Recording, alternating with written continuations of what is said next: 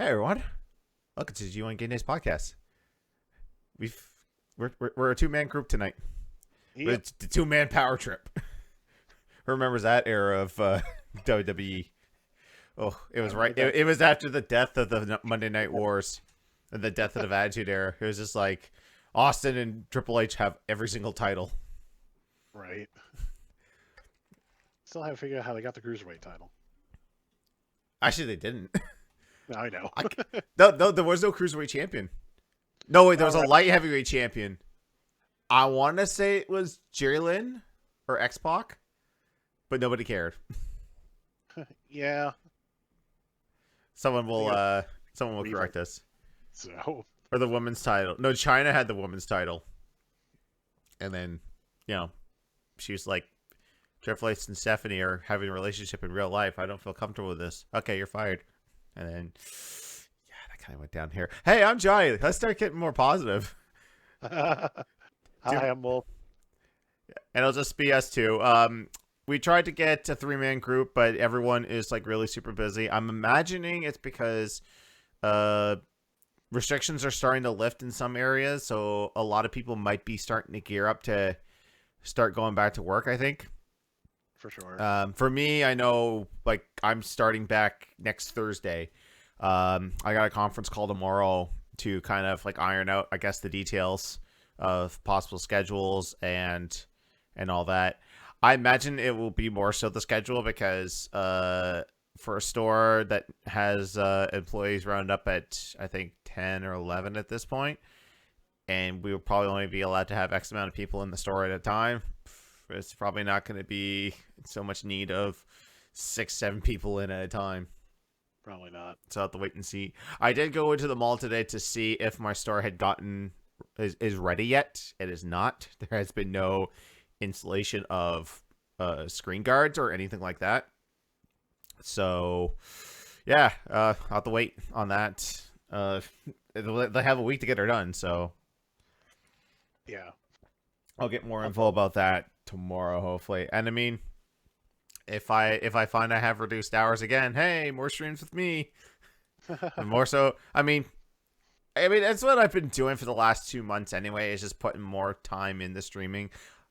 I haven't gone full tilt like I initially was thinking of. It's like, as soon as I get up, I'll stream. But now it's mostly been like, my routine has been like, get up, test blood, have lunch, maybe do a couple things streaming or game days, but most of that just turns out to be getting on chat with Short Boss Eric during his morning streams and doing mostly like I've just been doing AI battles. Like you'll see me periodically look like this. I'm not playing a game like Shiro does on the podcast.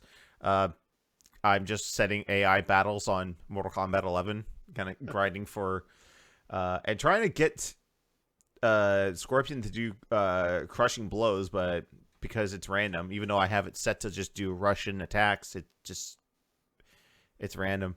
Well, yeah, Wordman's right. Yeah, I don't have a jog, but I do, walk the block, at least try to get outside and get some exercise in. And yeah, then I eat, check blood again, do the stream. I stream for about 5 hours. Then I go watch Star Trek Voyager and bitch about continuity errors, and then bitch about it the next morning to Eric, and he's just like, "You fucking nerd," and I'm like, "I know." Says the man who's playing Elite Dangerous with a Thrustmaster joystick. It's like, yeah. But then I came back and said, if there was some way for me to hook up my Samsung tablet to my PS4 and play Bridge Crew with a tablet, I would do that. So I'd be like, I'm actually piloting the ship like they do on the show. That would be pretty crazy. Yeah.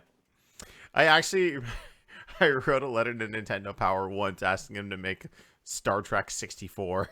And I drew out a concept art. It's like, you can make a tablet, it plugs into the controller port. That's how you control the ship. And they're just like, cool idea, kid. I was probably like 12 or 13. It almost sounds like something you could have done with the Intellivision. Like if you could, because it had so many buttons on it. It had so many, like you had to have overlays to throw on there, right? Yep. Something it was going on. on. It was like Oh, 10 never or mind. 12 key numeric keypad. Yeah. Same with the ColecoVision.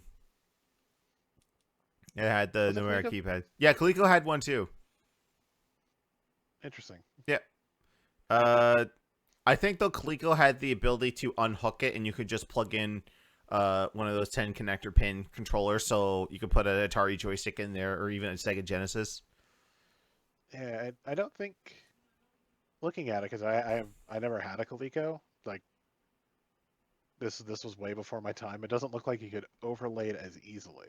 But Yeah, yeah, folks. I'm huh. just gonna crank up a little bit there because I think you're coming in a little low.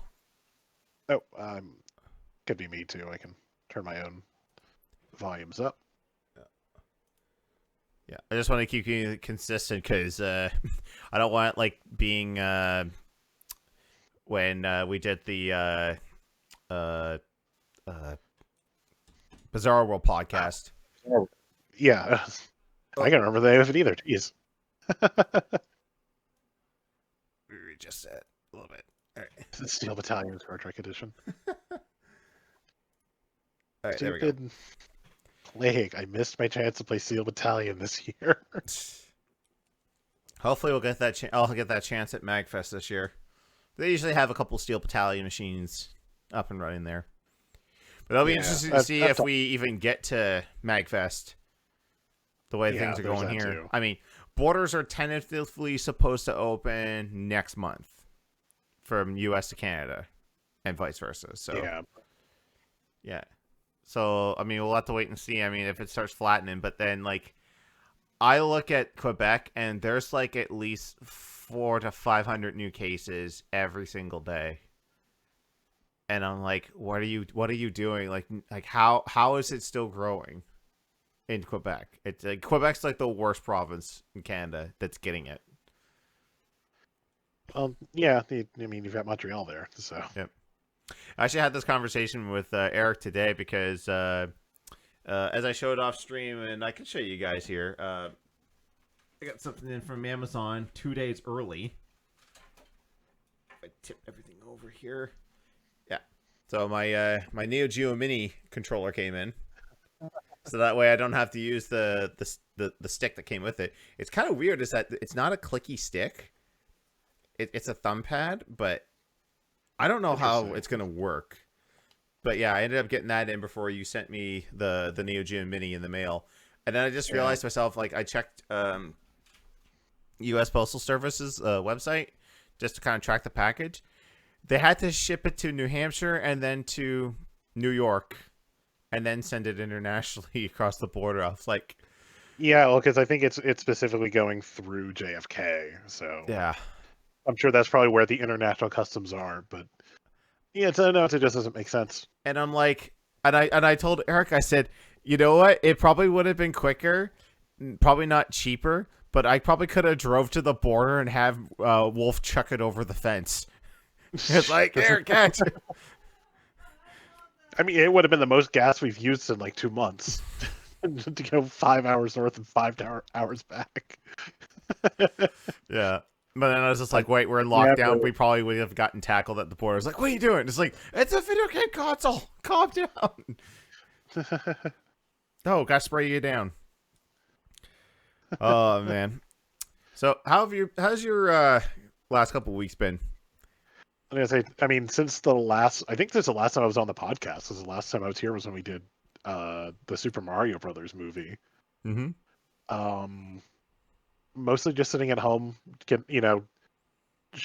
going to the store when I need to. Actually, I ran to the store today because it's my, the typical, what do you want for dinner? I don't know. I think about it. She's like, I kind of want breakfast. You have a really great steak and eggs. Cool. I will go buy steak, I guess. Nice. That's the only thing we have in the house. And that comes to that point where I have to go back and see the streams I did for mine. Oh, so keep going. Yeah, what else have you done? I mean, beyond that, I've gotten on a stream a few times. I'm still trying to figure out what it is that keeps me from just getting on and doing it, and I can't put it together. Like why I have a hard time starting a stream. But I did. I'm gonna try to do it tomorrow. I always say it and I never do it, but I'm gonna try tomorrow to actually do that Labo second part of that Labo build stream. Nice. I still have Murder by Numbers. I gotta finish because I only got through one case of that game. Other than that, it's just been, you know, playing games.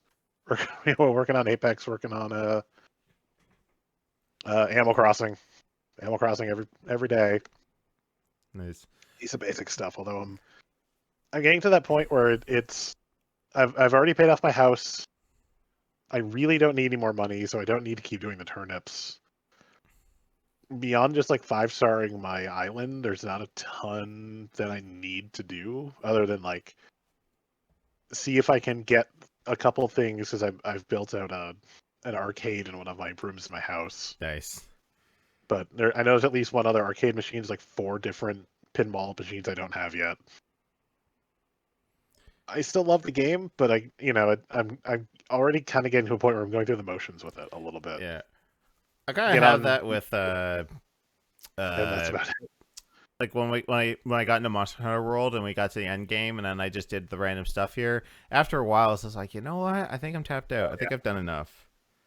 I hit that wall when I got through the credits of Iceborne. I haven't even done Iceborne. Yeah, well, you get to do the final bit.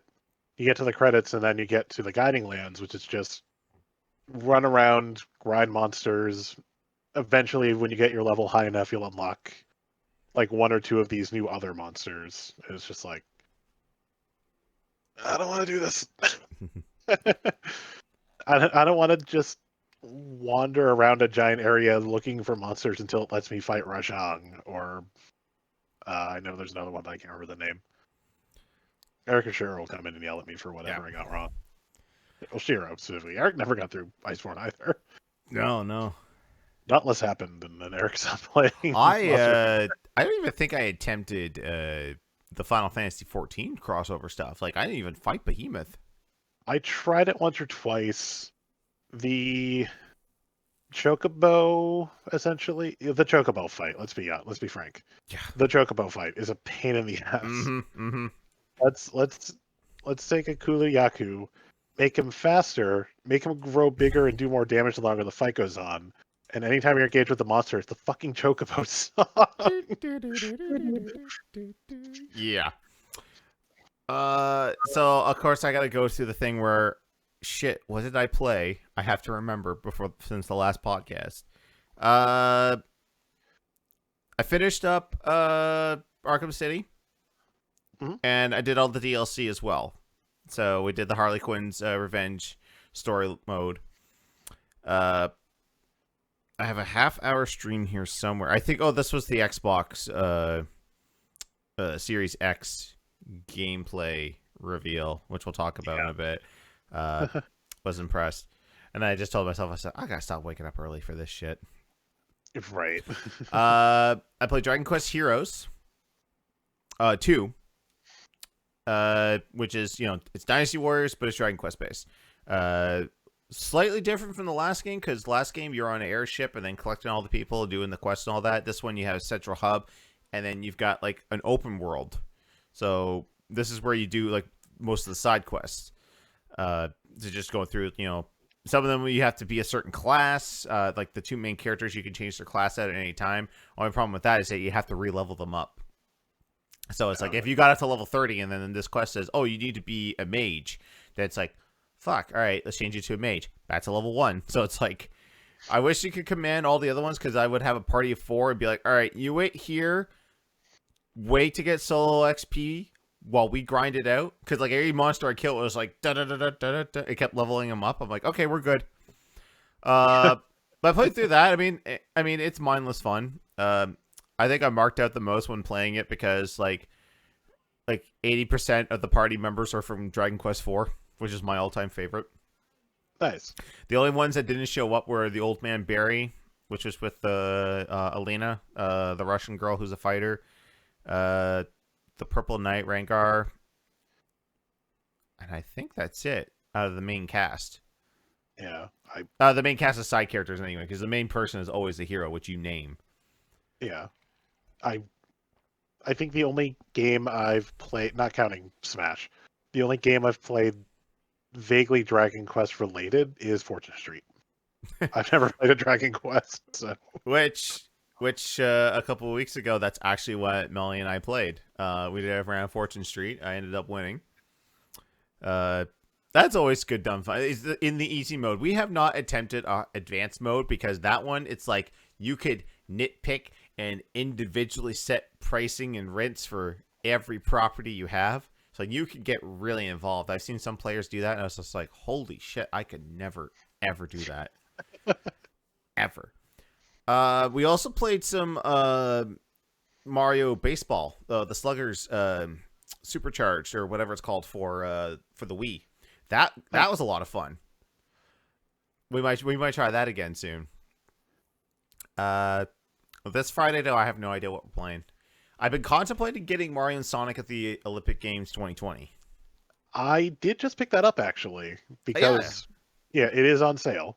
As you know, if anyone else in the audience who doesn't know, it is on sale for 40 instead of 60. I haven't done the story at all yet. I've played some of the events, and they're fine. It's a mini game, Yeah. but any Olympic game is just a mini game. Yeah. So I mean, obviously you know what you're getting into going into it, but there's a decently simple but decently polished rugby sevens game in there, and I'm okay with it. Mm-hmm. I would have paid $40 just for a rugby sevens game if I knew it had really good polish. So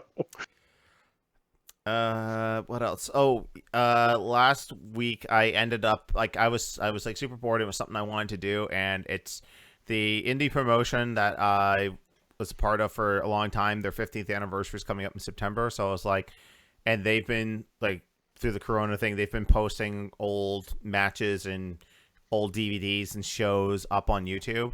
For people who don't have like the Fight TV app or the Fight TV channel or whatnot. So they've been putting those up there. So I was like, you know what? Like, let me watch this. I'll like, because I was a part of it during the time in the early years. I gave you guys some insight and react to some of the matches I hadn't seen in like 10 years at least. So that was a good time. We had some new people come in, and we have not gotten to the era though that the main guys started coming up yet. yeah. Maine is in the States. Yeah. Like your Sonny Rosales, you look Huntley. I said Hunter once by accident on commentary, and he was just like, no, say Hunter. That way they can't. I can lie at the border. It's like, oh no, Luke Huntley wasn't wrestling up there. It was Luke Hunter or Larry Hunter, whichever one. I can't remember. Yeah. Yeah. I'll let you know when I get to that era at all. Because those matches are on there, I believe. We're starting to get Isn't up there. that what originally got the Dark Order, aka the Super Smash Brothers, banned from the US for a while? That's why they kind of went away. They fucked up their visas. I don't remember. I think so. I think that's kind of why they disappeared. When they came back, they had changed characters enough. So Who knows? those had masked. Who knows? We'll find out because I'm planning to do more of those types of streams, just sitting back, relaxing, and watching those old matches, and I'll be sure to check it out. I miss going to indie wrestling sometimes. Yeah, same here. Like, I gotta shoot them a message too, and just be like, dude, like I purposely booking that night off. Like, you need me to do anything, I'll help out, just like the old days. I mean, obviously, don't put me on camera anymore, but like if you need anyone production wise help for the pay-per-view, I'm good. I think it's going to be an pay-per-view for that. Nice. What else? Oh yeah, so Monday I went through DKC2 on Super Nintendo. Hadn't done that game in a long time, and wow, that is tougher. That's tougher than the first one. Man, is that game hard. I don't know if I've ever finished 2. I only owned. Yeah, I think I eventually owned 1. Yeah. I never owned 2. My wife owned 2. Yeah, and then 3 I just never played. I haven't played it, but I own it. It's out in the living room. Yeah, and that's also number 1's the game that people are screaming about not being on the Switch right now. because they announced 3 new games for the Super Nintendo Switch online service and then 1 Nintendo game. So it's Rygar on the NES, and then Super Nintendo gets Wild Guns, Paddled Upon, which is quote Tetris Attack / Pokemon Puzzle League, and what's the third one? I don't recall off the top of my head. Someone in chat put that in there, if you know it. But man, Paddled Upon, like Tetris Attack, that was a game that my parents bought for each other. Operation Logic Bomb. Logic Bomb, interesting. I'll have to check that out. I have to download the update there, anyways, and check it out. I need to battle some people in Paddled Upon, which I might do Monday because the current game I'm playing right now, Fall of Cybertron, I'm going to be finishing that up tomorrow night. And yeah, like this Transformers game, man, is like if it doesn't scream Gears of War, I don't know what will. Like third person camera. At the first bit there, I've got Metroplex, and basically I'm like tagging things and telling him to fire. It's basically the Hammer of Dawn. Did you see? It came across on Twitter. I don't think it's like a huge news item or anything. Someone found a PS3 dev kit and they put a Gears of War 3 build on it. I heard about that. I don't have that on the docket because it was too late. But yeah, someone ported Gears of War to PS3, and it will never release. Great, but it exists. Okay. Apparently, it's like the second time because there's an incomplete build. I was reading like the description of the video. Apparently, it's an incomplete build. This is most of the game. There is one level that just doesn't play. Okay. Can you is that up on Twitter right now, or? I saw it a few days ago. It would probably. I mean, I can do some research, but. Yeah, plus, I'll throw this on the docket for the first thing for news. Let's see, PS3 Gears 4. Okay, here's a news article from Kotaku. Okay. Yeah, it's a little rough. Oh, it's Gears of War 3. Wow. Yeah. Okay. Oh, it was apparently part of their internal Unreal Engine testing process. But they were never going to release it, but they did it as a test. Yeah. So someone found a dev kit PS3 that has it on there. Interesting.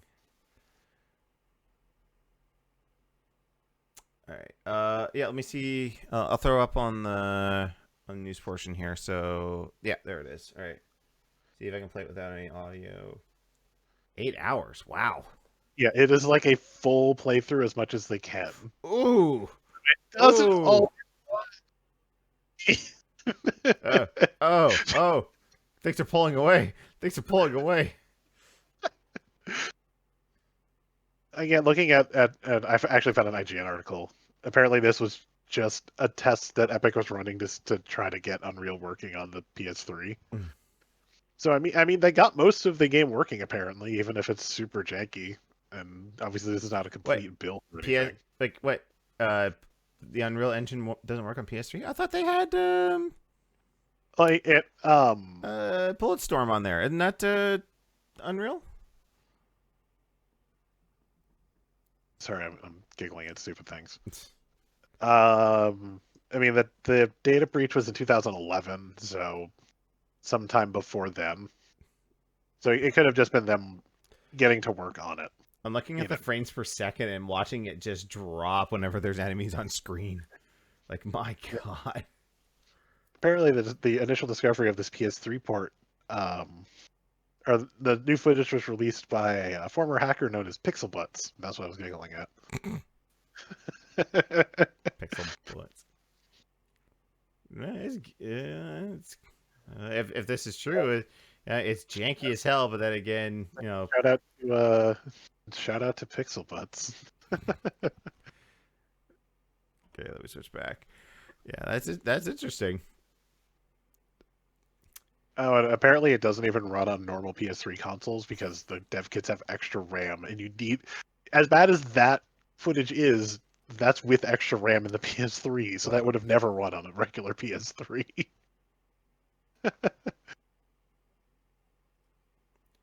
Oh, Pixelbut's adjusted the way Unreal Engine 3 loads data and managed to make the build work. So, Mm, yeah, this was essentially a test bed at one point. So this was yeah. never they were never going to port it over fully. It was just an internal test Nice. that has now surfaced. Yeah. I'm trying to think what else happened the last couple weeks there. I got to Um, do a game day that I'd been hoping to do for a long time, and we did have to pivot away from it eventually, mhm. just because Twitch integration is so essential to that game if you have it on that it would it got to a point where it's like, well, we have games where people have to vote to eliminate us, and they're not doing that. Yeah. But it was a lot of fun. I had a ton of fun while it was working, and we had a ton of fun after doing Jackbox. I'm honestly debating doing a Jackbox for my next regular game day. Yeah. So Yeah. I think right now, like, because we got like a good variety of the uh, extra life goals already done, is that I'm probably going to be taking a step back from more traditional game days where it's multiplayer, inviting people in. I'm going to be doing more experimental stuff, like not this Saturday, but next Saturday, my next game day. Uh, I've advertised it. I'm gonna do like a video to kind of advertise it more. It's gonna be G1 Game Days, Deal or No Deal. So we're gonna bring in a G1 in at a time to play Deal or No Deal, and just to see, like, are you gonna risk it all to try and get a higher dollar amount than your past G1, or are you just gonna try and be the higher one? The person at the end of the night who's got the highest dollar amount is gonna win a T-shirt from our Streamlabs store. Down below, if you're watching us on Twitch, our Streamlabs store is down there. All proceeds go to the kids. So we've got the logo T-shirt. We've got one of my personal favorites that I've yet to order myself, which I will soon. The Choose Your Destiny T-shirt, because that's been kind of like a new staple of ours, where you vote with bits to give us a fighting game character to play as. When we do fighting game tournaments, or not tournaments, fighting game game days. We also got the Stop Being Purple, never. And we got a new one that a Red just made, which is it's all for me. It's a kid size shirt. So if you got a kid, and it's got the link on there, it's a little bit of self advertising. So we'll have more merch there. I've been thinking about making a nuclear launch detected one with the blue shell. So it's how Mario Kart 8 is kind of a staple of game days, and we kind of shout that out a lot. So we'll see. I've got some more ideas cooking. But like I said, I think I'm gonna be stepping back from just doing like the whole, hey, I'm playing this game, come join in the lobby or whatnot. Like, I want to do some experimentation. I mean, if it fails, we can always go back, right? yeah, Yeah. Just don't want to be in a rut of just doing the same thing over and over and over again, because then you just get burnt out. honest, like I'll even disqualify myself because I mean I have a Game Days T-shirt. I have one of the old T-Public ones, but I just want to do it. I just want to play some Deal or No Deal. I I'll allow hosts to play it, but I mean, if you end up winning, like, we take one of the new ones. True. Yeah. Yeah, I think it's coming out of my pocket. I did make a caveat though, is that now we have the new T-shirt though. I can't promise it for everything, but if you end up getting the $1 million case, you win every T-shirt. But I can't do it for every T-shirt, so you can pick. I think I'll just do it for 3. You can pick 3 T-shirts, because by then I'll probably have more. Yeah, I mean, it's only fair, right? for sure. Okay, those are our weeks. Now it's time to go over. We got a lot of news to talk about, so we should probably get into it. Ladies and gentlemen, it's time for the news. Beep boop boop boop boop. Bah. All right, first up on the news, Evo 2020 is as an event is canceled, but they are going to continue on as an online event now. When this was announced, people are like, Because there are a lot of fighting game enthusiasts that are like, the games you picked are good in a local sense. They are not very good online because of this little thing called delay-based netcode versus rollback netcode. And all the games that are featured are delayed-based netcode. Even though one of them I find on here is not that bad. So the games are still the same, except for Smash Ultimate has been removed from the lineup. So the top Evo fighters will be playing in Dragon Ball Fighters, Grand Blue Fantasy Versus, Samurai Shodown, Soul Calibur 6, Street Fighter 5 Champion Edition, Tekken 7, and Until Night in Bright EX Later. I don't know what that does. EXE late CL.-R. What the fuck? Yeah. I've never heard of that game. Yeah.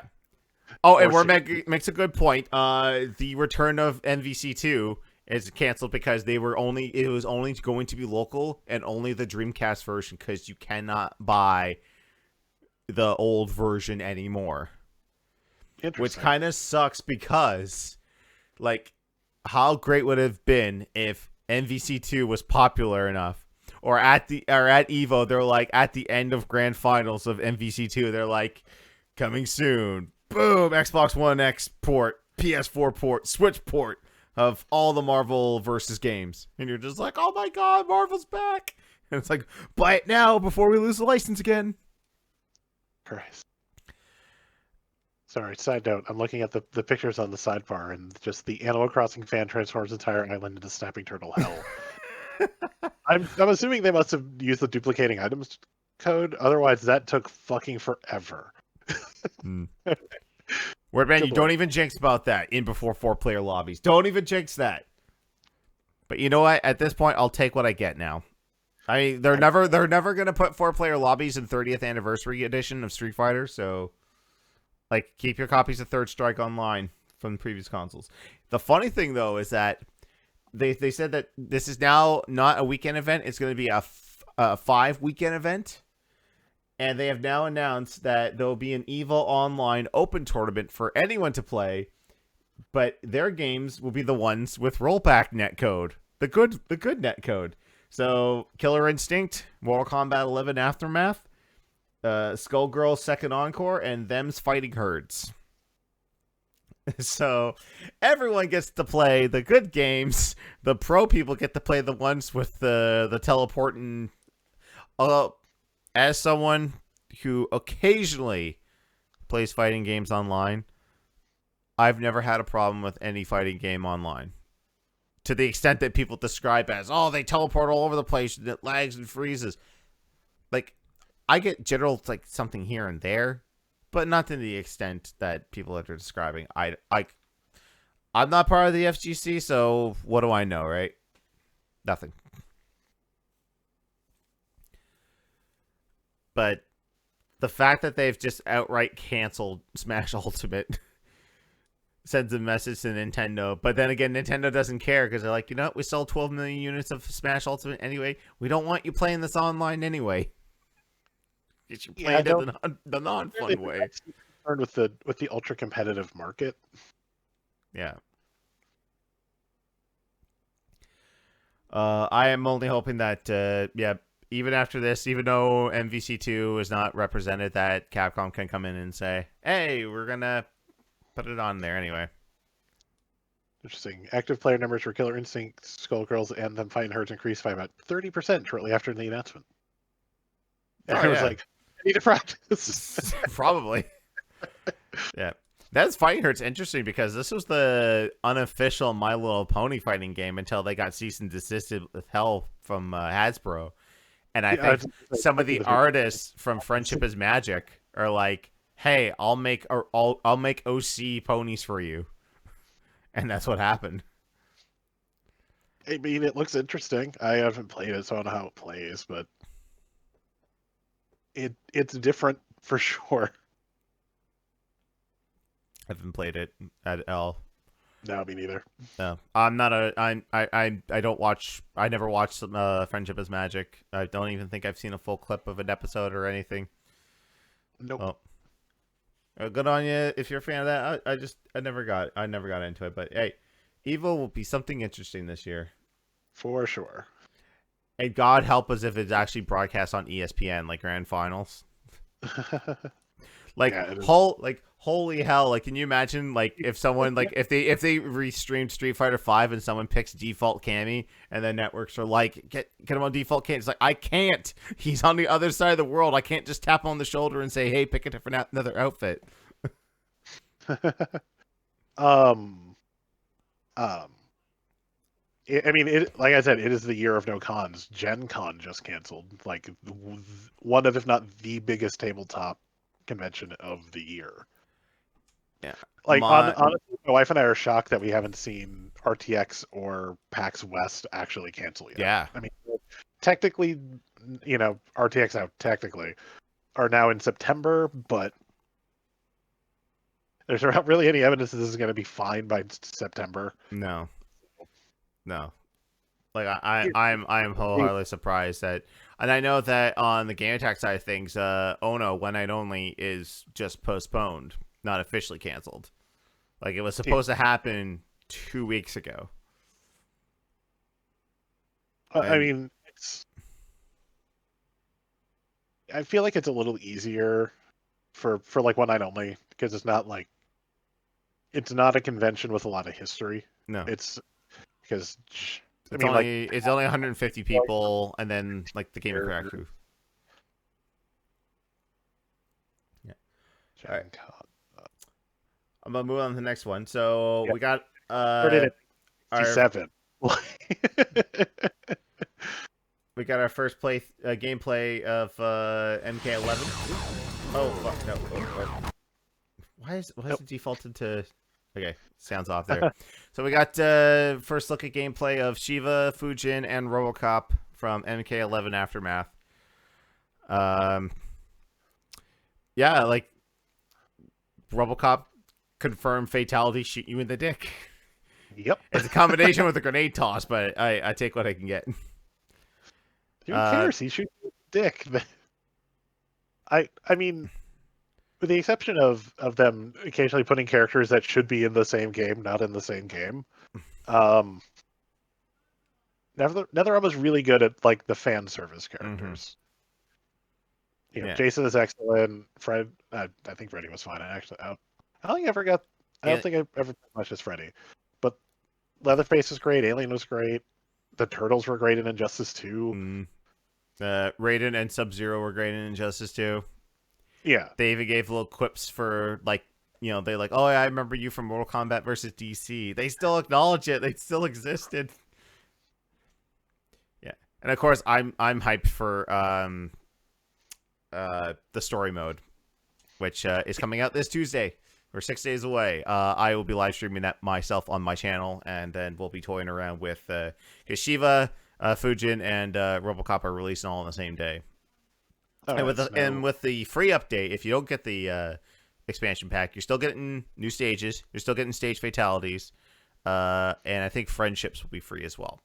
Now, I have a lot of people have been linking the friendships, and then I guess there was an official trailer for one. And apparently, they've teased Melina in a friendship. It's this is as close as you're getting to Melina in this game. Why can't you bring her back? It's she's definitively dead. They killed her off in 10. But I am looking forward to this. I hope they have another. I think they have one other season pass in the works. But I don't think they have anyone else confirmed for it. But it'll be nice to try out all these characters and this is getting on a sale of the Aftermath version. No, it's not cheap. I think it's 30, no, I know. It's $30 or $40, but well, I mean, I think they are releasing essentially a Mortal Kombat XL. Oh yeah, they're releasing a Ultimate Legendary Edition to Yeah, so I will wait for that one to be on sale, and then I'll finally get Mortal Kombat 11. There you go. I played on the free weekend, but I only played a couple fights, and it was just like Sub-Zero or Scorpion, but I didn't know what I was doing really. So it's just like this just feels very stiff, and I don't know if I like it. So I'll just wait for it to be on sale. Yeah. Yeah, I'm just running through. Oh, here we go. Here comes the fatality. That one's brutal by Shiva, but Fucking hell. right in the dick, and then I kind of wish at that point it would start going dun dun dun dun dun. And it was like, when I said that to someone, he's just like, "That's the Terminator theme." I'm like, "Mm-hmm," but it was also in the official RoboCop trailer. When he blows up the gas station, it starts going dun dun dun dun dun dun dun dun dun dun. It's like, really? I said yes. Go. Like I pulled it up because it's like it starts playing the Terminator theme, and then you hear trailer movie guy go, "RoboCop, the future of law enforcement." Huh. And then of course there was the RoboCop versus Terminator comic series and like NES or SNES game. SNES. I think RoboCop versus Terminator was intended to be an NES game. There was a prototype made, but never officially released. I think there's like reproduction carts of that floating around somewhere. But yeah, MK11 Aftermath, May 26th. Can't wait for it. I've already pre-ordered it. You want to watch me gush over the story mode? Come to my stream on Tuesday. You want to feel old? Tony Hawk Pro Skater 1 and 2 are getting a remaster in September. So, and at first I thought, wait, didn't we already get this with Tony Hawk HD? And it's like, no, those were just I don't know what apparently these are built from the ground up, like the old tracks and stuff. Goldfinger confirmed for this as well, so you get Superman. And it's like, oh man, I can't believe the license said. It's like, yeah, I'm pretty sure the band Goldfinger isn't doing much other than, hey, we're that Tony Hawk band. I mean, it's not like there's a big ska resurgence right now. No. Actually, I did see a video surface of Tony Hawk pulling off a 900 at 48 years of age. Shit. No, he's not going to be in there, but it'd be kind of cool if you get Tony Hawk 2 and you got unlock Spider-Man. Right. Well, I mean, Activision. Activision. I don't think anyone. No, they don't own Spider-Man. It's Insomniac and Sony. Oh, right. You're right. Yeah. Yeah. Makoto brought it up. The collector's edition of the game comes with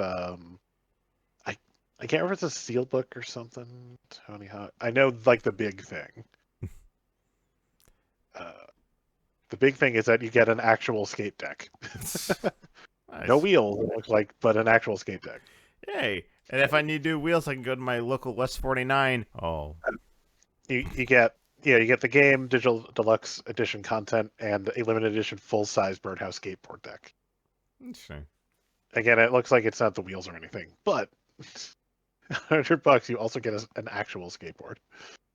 So apparently this is being developed by Vicarious Visions, who did the Crash Bandicoot Insane Trilogy. So yeah, it's in good hands then. And also a million Skylanders games. Let's see here. So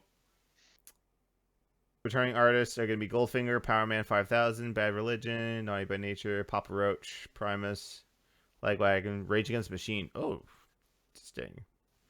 Too bad we can't get Tony Hawk 3 in there, because then we could have gotten Darth Maul and Wolverine. Right. And Bam Margera. I think that was the first one he was in, because it's like, Bam kind of needs the money. He definitely wasn't in 2. No, he was in 3. It's funny, the like video game cover bands, like my New England local one, like their newest video was them covering No Cigar and Millencolin from Tony Hawk 2. They're doing a remaster, so we'll cover the song, I guess. Yeah. Speaking of remasters, someone managed to port Mario 64 to the PC. Not an emulation, like straight up like an HD port of Mario 64. and I can't find any video footage of it running because Nintendo is going after people who are putting videos up. This was a cease and desist. I think they've also done a cease and desist on the person who actually did it. But I mean, honestly, like I didn't notice a whole lot of difference between that and just running it on, a really good emulator. Other than it was in widescreen, I was like, "But aren't there hacks where you can just do that on an emulator?" I mean, from what I saw, it looked impressive, but just I mean, Nintendo going after fan projects. Yeah. Next up in the news, water is wet. Yeah. Yeah, I wasn't gonna spend a whole lot of time on this because it's like, in other news, the obvious news, the sky is blue. Exactly. Right. So there's one company that is not really following suit with other companies as far as the upgrade from current gen to next gen, and that's EA. So like the title says, they're making next gen upgrading confusing. So here's how upgrading is going. From companies like Cyberpunk, not Cyberpunk, that's the game, CD Projekt Red. Cyberpunk, if you buy it on the Xbox One X because you can't afford a Series X at launch, if you buy it and want to play it on the Series X, on the Xbox One or Xbox One X, you'll get a free upgrade to the Series X version of the game when you decide to buy the Series X. And EA is following suit with their sports games. However, there's a catch. You have until a certain date to do it. So, if you buy Madden and you don't upgrade within, I think, let me get my facts right here. I think it's like there's a bubble. I don't know if it's yeah. So you have to purchase the game before December 31st, and then you have to redeem the Xbox Series X version by March 31st. So you literally have 3 months after purchase at the very last moment to do it. I would wonder if it's like redeeming, like any other game where you could just claim your upgrade but still use the old version. But yeah, that is weird. For some amount of time,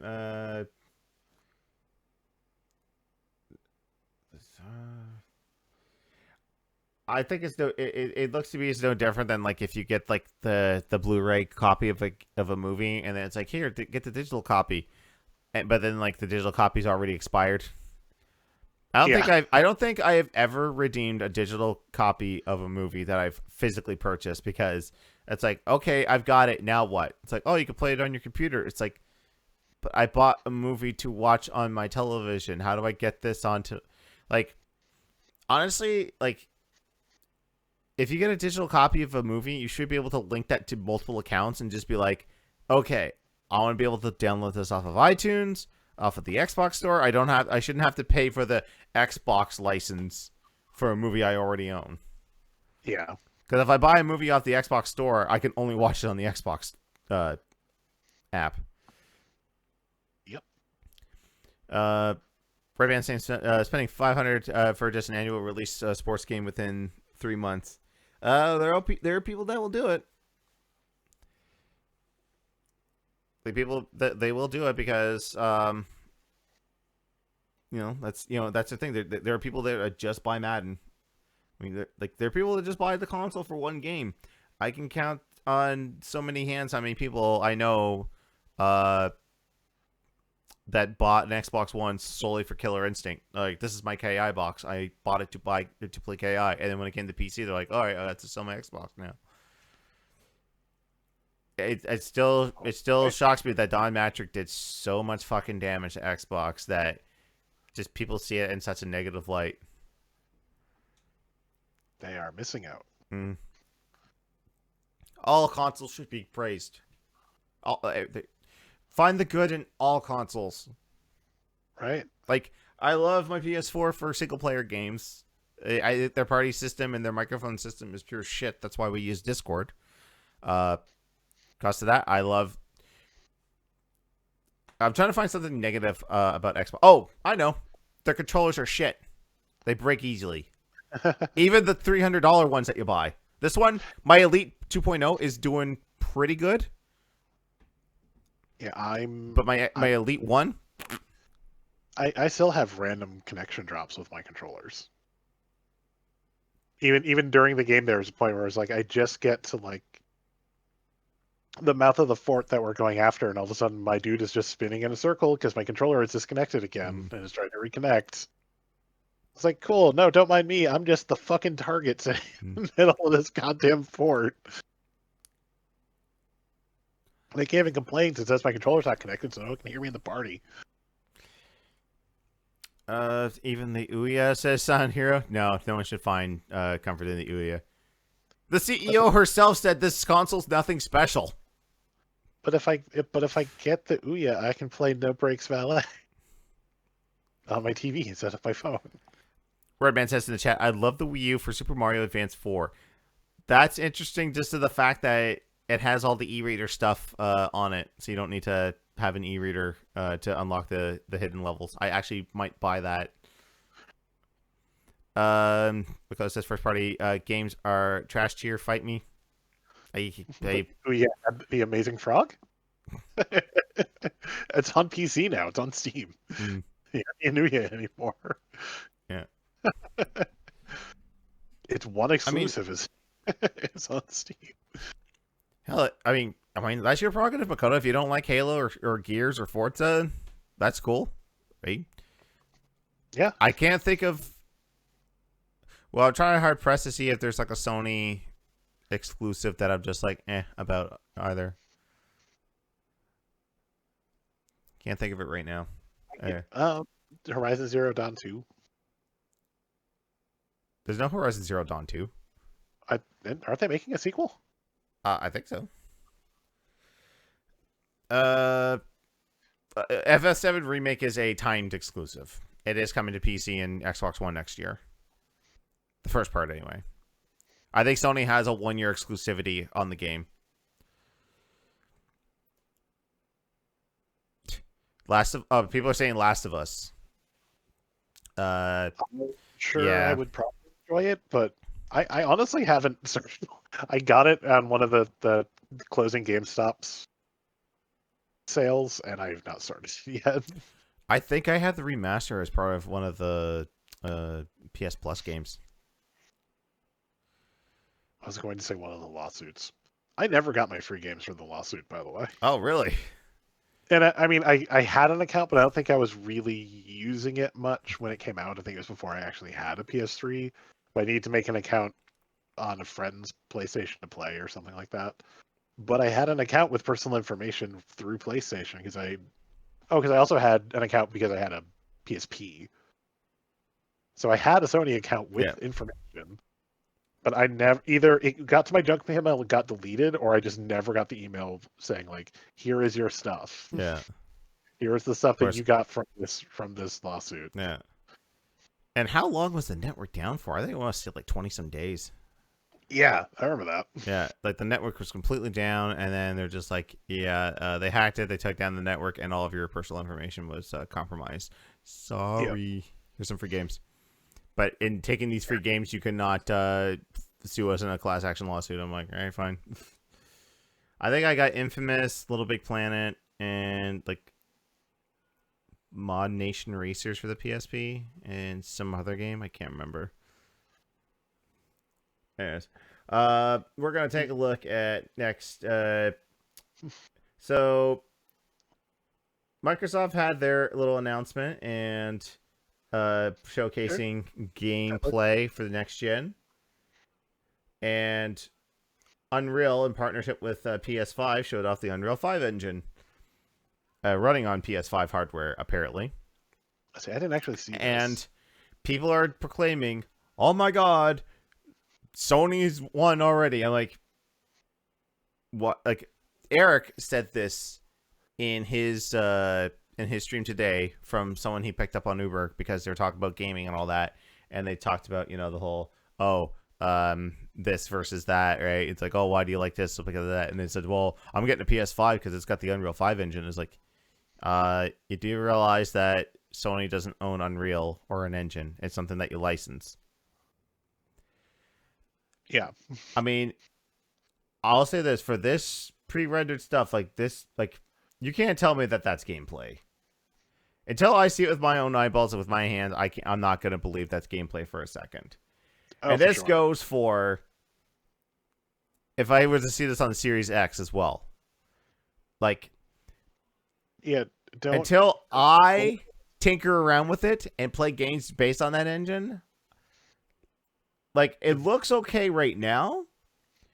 But So who's to say how, when it gets into the hands of developers, how they're going to actually use it and if it's going to avoid popping? Because for as good as FF7 Remake was, I'll admit, I'm not a graphics whore. There are times where I was just getting frustrated when I would run up to a building and there was still that Unreal texture pop in. So it's like, here's that super low res texture going. Okay, now it's the full texture you were meant to see. Is like, really? We're 2020, you still can't figure this shit out? Yeah, this looks really nice, but obviously this is clearly a tech demo. It's as much of a gameplay trailer as the Assassin's Creed, Yeah. The new Assassin's Creed. I can't remember that. Yeah. Is it Valkyrie? Valhalla. Valhalla. Yeah. I knew it's something. Yeah, it's much of a gameplay trailer as the Assassin's Creed Valhalla trailer was. So it's pretty. It seems to be running pretty decently, but As you were saying, a lot of those FS7 graphical instances were due to a glitch to be patched soon. oh, speaking of patches, do we have anything on Doom in the news? Doom? No. All right, let me pull something up. I can send it to you if you want me to as well. Yeah. But yeah, I mean, if this runs the way that it's supposed to, good on you. I can't wait to play games like this in this type of. I mean, to me, like, it doesn't look like graphics are getting any better. Like, to me, this kind of looks like it could run on current gen if the frame rate was. Are we even at 60 frames on this video? No, it's at 1080. Okay, I'm gonna see if I can bump up the quality and it not kill my computer. right. Okay, this is apparently at 4K. I tried it on my new monitor with like a solo guides video and it did not work. Yeah. it made the video very choppy. Remember when Rooster Teeth was all about like, oh yeah, we got the red camera, we're filming in 4K, and it's like, hey, I can watch this RT short in 4K, and it's just like, it's like my computer was like, you're killing me. Like, it's like the video slowly went from 24 frames per second, like cinema quality, to like 5 frames a second. I mean, we'll wait and see. Well, if it can actually pull this stuff off, awesome. But then again, this is not how a gamer plays video games, with the slowly moving. This is an E3 tech demo where it swoops all around. I'm like, this is my thumbs. I'm not going. You know what I mean? Do you got a link in there for the Doom thing? I can read that off. I do. I put it in our voice call. Okay, hang on.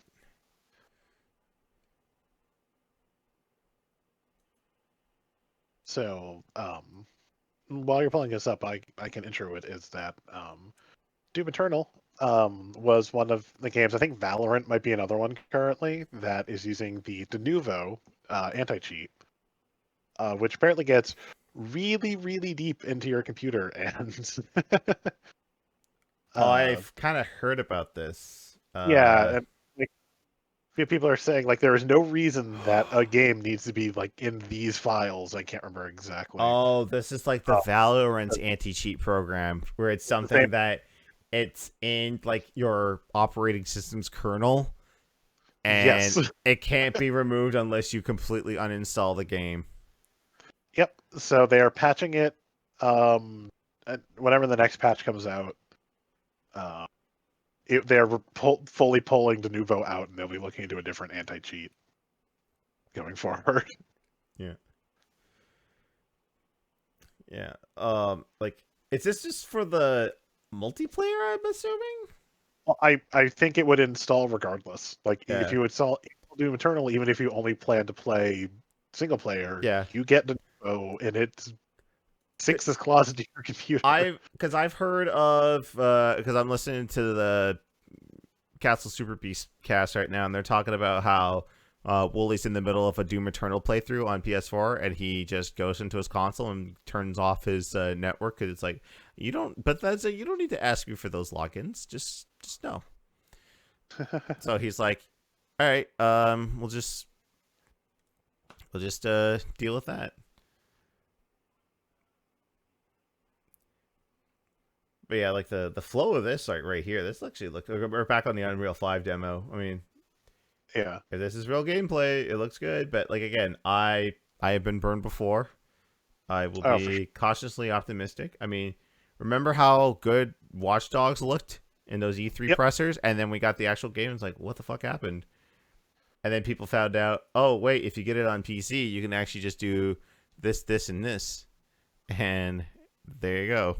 You can actually make it look like it. So here is an interesting tidbit. Do you remember the culling? I know what this is. I do remember. I do vaguely remember the culling, and I know what this news story is Yes. because I So- also reacted in her subreddit. I'm like, what the fuck? So I'll play for the benefits of those who don't know. So the culling was one of the first battle royale games that came out on PC. It was heavily played a lot by Achievement Hunter and Funhouse. I vaguely remember the game. I more remember the amazing rant that Ryan did when he got killed that one time. You're like, what? I pick up this thing. Oh, I did so much better. Than I got killed by the gas in the first 3 seconds of Let's Play. But Only just fatter. I love that rant. It's just like, pick up the thing. Shut up. Stop talking. Good video. Yeah. But yeah, So bring it back. Yeah. So the culling one got taken off of storefronts because they wanted you to play their sequel, The Culling 2, which was basically a 1-to-1 ripoff of PUBG. So, and the thing was is that nobody bought it, nobody was playing it, and then that died a slow, painful, agonizing death. So now they have The Culling Origins. So basically the premise is if you had bought The Culling before, you don't need to buy it again. They'll just upgrade you to this current version. If you want to buy it, it's $5.99 for the game. Now, which wouldn't be terrible. Here's the kicker. If you've owned it before, or you buy it again, or you buy it now, you can only play 1 match a day for free. If you want to play again, you have to pay, was it another $5.99? $1.99, I think. I was trying to find the pricing here. It's either $1.99 or $5.99. Yeah, you have to pay again to play again, unless you won your match. If you win the match, you get a free token to play again. But if you lose, you have to pay to play again. They say their reasoning for this is that our loot box model that gave you cosmetics wasn't doing that great. And then we looked at the free-to-play model and said, you know what? We can make it worse. I give you the worst. it, I mean, this here brings up a great point. It's like the arcade cabinet approach all over again. But I mean, nowadays arcade games cost like $250 to each to play. But Mm-hmm. that's another argument that we can talk about if I ever play Arcade Spirits again, or get back to my Arcade Spirits game to play Yeah. over on RT. I need to finish that up. I got through the first chapter at like 3 in the morning during Extra Life, and then my computer charge cord started to fuck up again. So we Oh, had to great. stop, fix that. And at that point, I was just like, I was so frustrated and defeated by that. I was like, I'm going to go sit down for a bit because I've been on for like 4 hours. Pick a game on the list, play it. I'll be back. Oh, dear Um, God. yeah, so no more crates, no more premium cosmetic items, but premium actually playing the fucking game.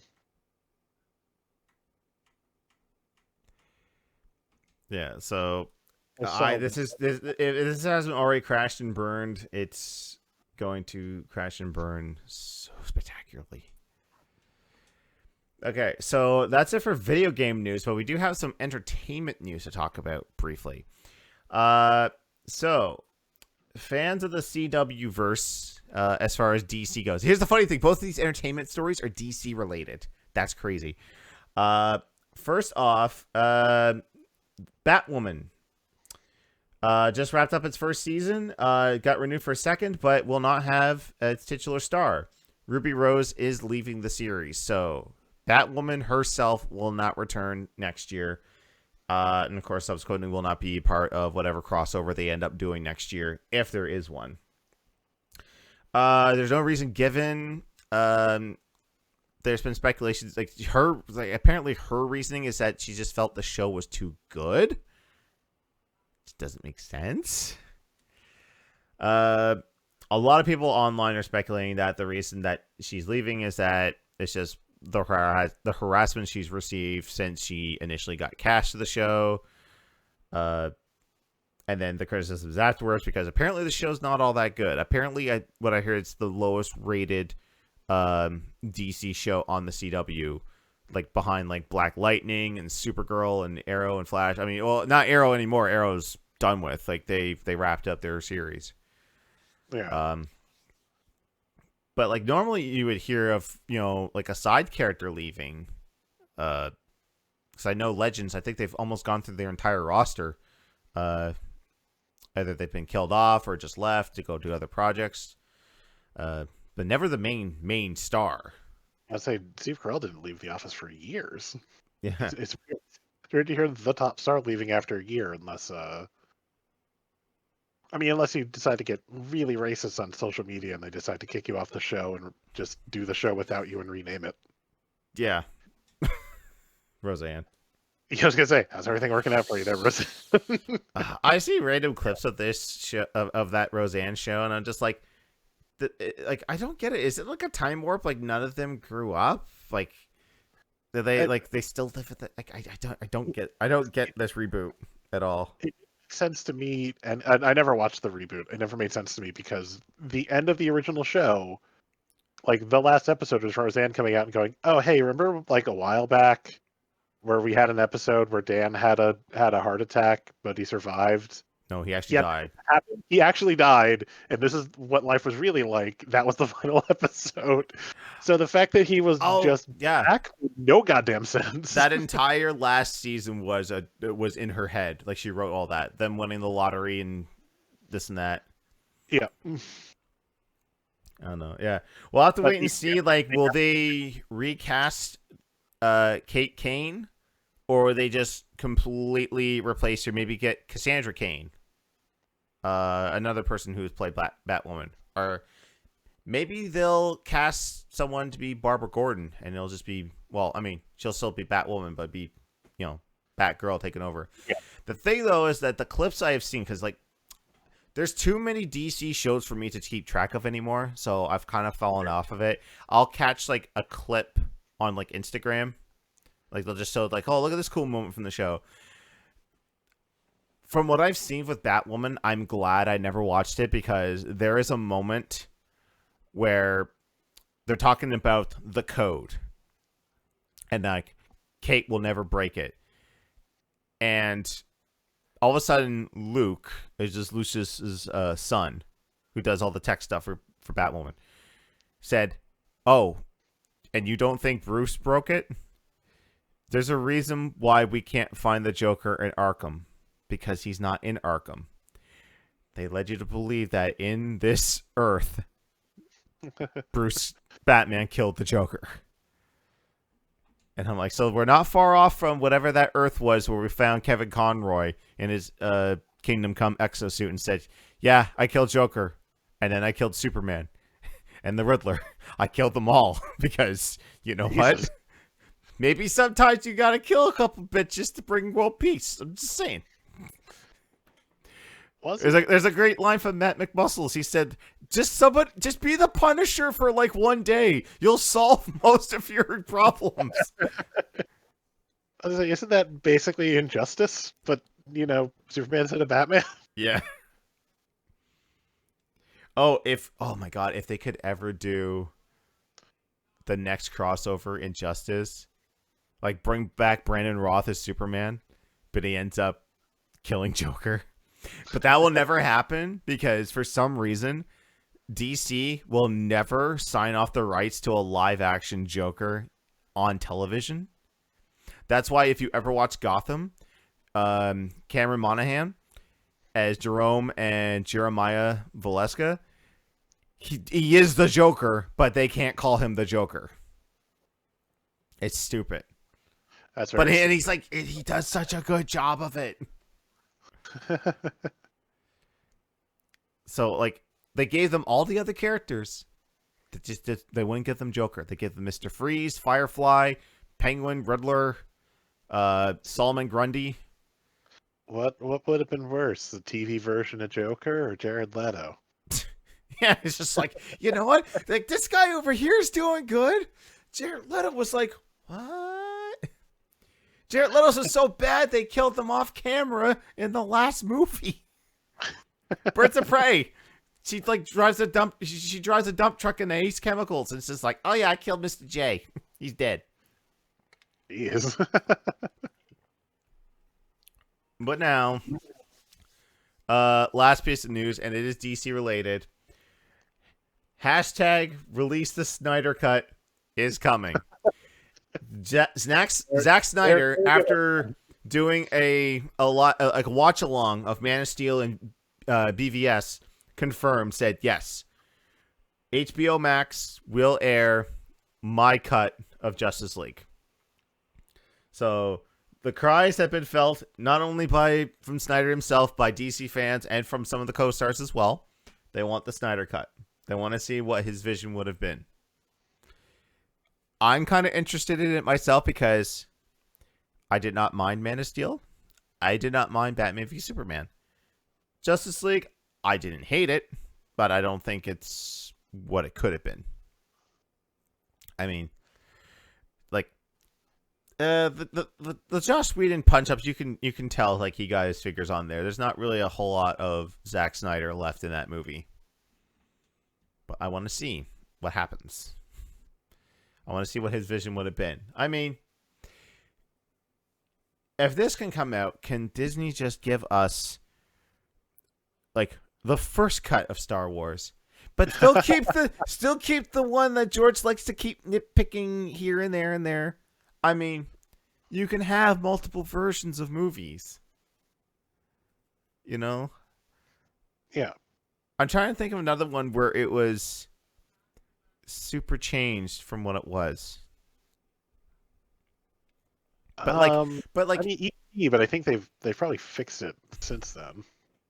There's a whole all the cops have walkie-talkies now, even when they're pointing guns at E.T.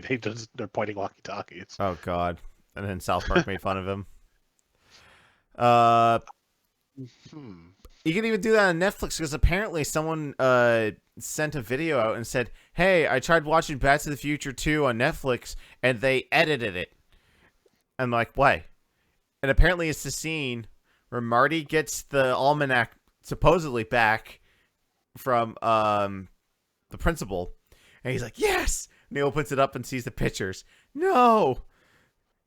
And then they cut out the scene where he flips it to the Ooh La La cover. because it's just the dust jacket, right? They cut that part out. It's like, why? She's not naked in it. And they to my recollection. I don't remember. The last time I saw it, I was actually in theater, so I don't recall. They did the like I don't remember the exact date, but like the date they jumped to in Back to the Future Part 2, that actual date they ran Back to the Future 1 and 2, like with special intros by Christopher Lloyd. Yeah. Like at the 2015 October was like the best month ever because it was just like, hey, how far off are we from the future? It's like, well, Pepsi doesn't cost $50. That's a thing. Although those Pepsi Perfects off by 1 year. Yeah.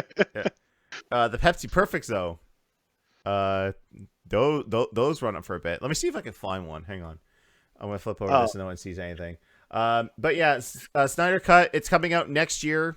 I can't wait to see it. Hopefully, there's some way for me legally to see it here in Canada because I don't have HBO Max. I don't know if that's a thing.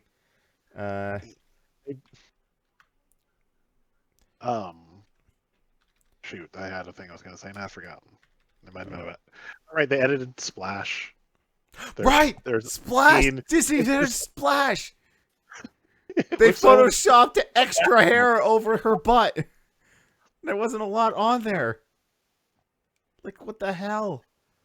And I mean, honestly, if you watch the original clip, you can tell it's even, it's extensions. So it's not like glued in place. So it's not like it flops around and you can see things.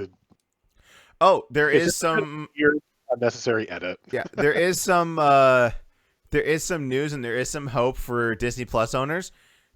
Next week, they are finally fixing The Simpsons. They are reverting seasons 1 through 20 back to 4:3. So, like, the original aspect ratio will return. I think from 20 on is when they started doing it in HD. So you can actually watch it as it was meant to be. Which sucks for me because I'm going back to work on the 28th. But hey, actually, no. If it's not super busy and we still only allow X amount of customers in the store, I'll just have my phone underneath the desk and just watch Simpsons all day. Me and my buddy will just sit there and watch Simpsons all day. Now, the next thing Disney you need to do is bring back the Stark Raving Dad episode with Michael Jackson. I don't care what Matt Groening says about how he can rewrite his own thing.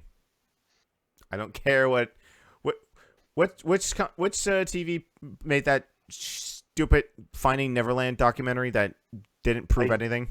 I think it was HBO. Yeah. Praise HBO for the Snyder Cut. Fuck HBO for saying Michael Jackson touched kids. All right, go back. I found Pepsi Perfects. $400. So $350 more than Marty would have paid 5 years ago. Oh, Comic-Con exclusives. That makes sense. Oh, just be. I had an old boss of mine who was going down to Comic-Con. I was like, "Can you get me one of those? Like, I will reimburse you whatever it costs for it. Please get me one of those Pepsi Perfects." And no, it wasn't happening. Holy shit! This guy wants $13,000 for it. I don't know what the production run was on these, but man, should have made more. But it's so tempting to try it, and I'm sure it would be disappointing. So I would be shocked if it wasn't just normal Pepsi. I would not try it. That shit goes up on my shelf of other cans, which really I should put. I have them on my windowsill. I really should take them off there because the sun beams down on it and it just nukes the labels. Yeah. Well, the ones that are facing towards the window, anyway. I've never gotten into beverage collecting. Although, actually, speaking of keeping things mint, I must have not heard this. I talked about it in my game day. I won an auction. My local record store was putting on an auction. It was mostly like PS1 and PS2 games. Some factory sealed, some just resealed with everything included. Yeah. I think the worst I saw of any of them was like Red Dead Revolver. One of the clips for the manual was broken. Other than that, they were either like pretty much almost new condition or still factory sealed. And I did remember finally one game went for like $203. It was Parasite Eve, still factory sealed. Greatest Hits Yeah. edition, but Parasite Eve. I find those greatest hits like that, like, why bother? I found the one I won because he was just kind of going through like, here's some boxes we can use. I guess, oh, it has 3DS games in it. We'll just do that, I guess. And he even found Switch games. Like, he had 2 copies of Smash. I think he gave one away with Treasure Tracker, which was like, that's neat. That is already out of my price range. Never mind. Yeah. Plus, I already own Smash. There was no point. But I won Bravely Second and Lair. And apparently I missed that it's still factory sealed. Ooh. So it's kind of like, fuck, do I open this or do I not open this? Because I want to play it, and I'm not really a keep things mint in the box collector. Yeah. Yeah.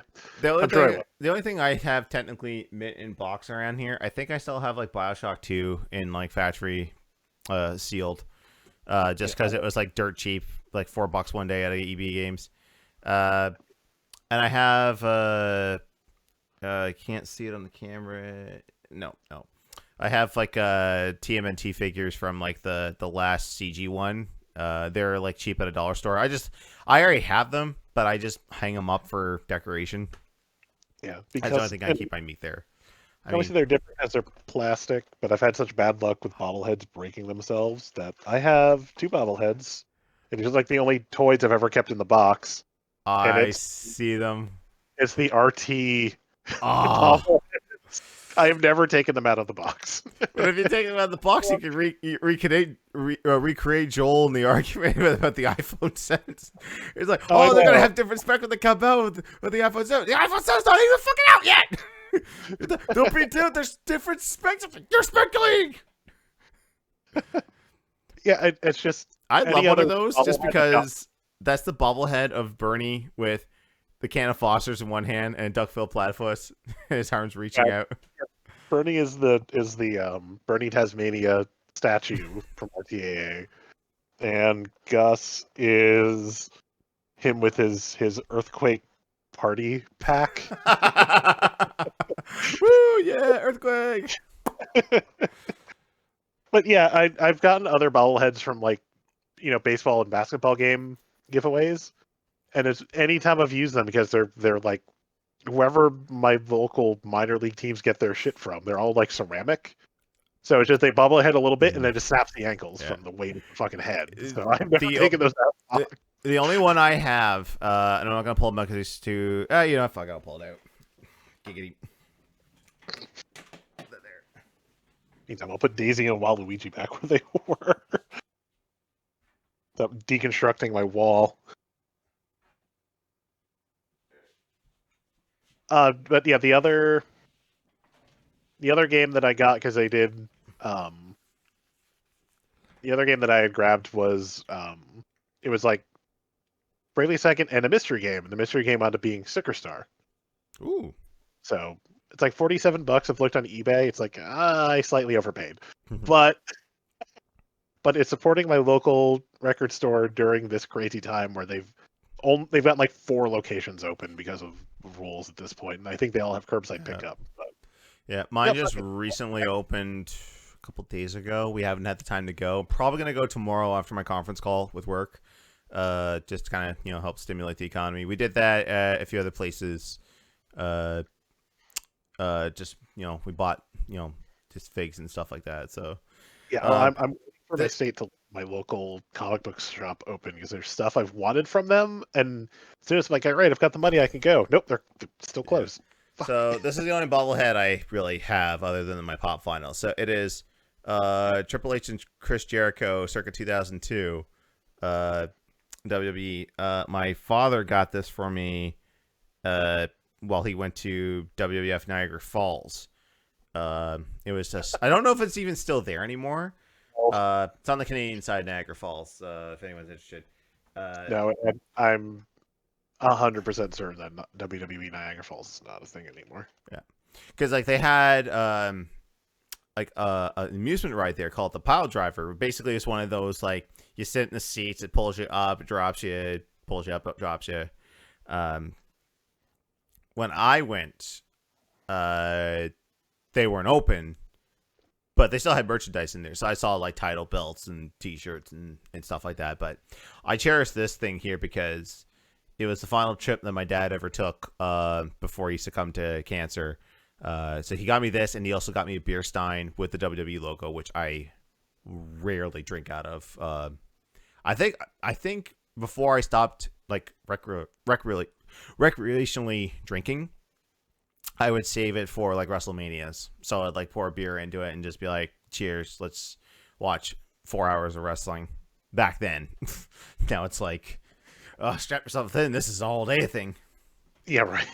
But now it's too big to hold for 2 days. Niagara Falls has been closed since 2011, really. Yeah.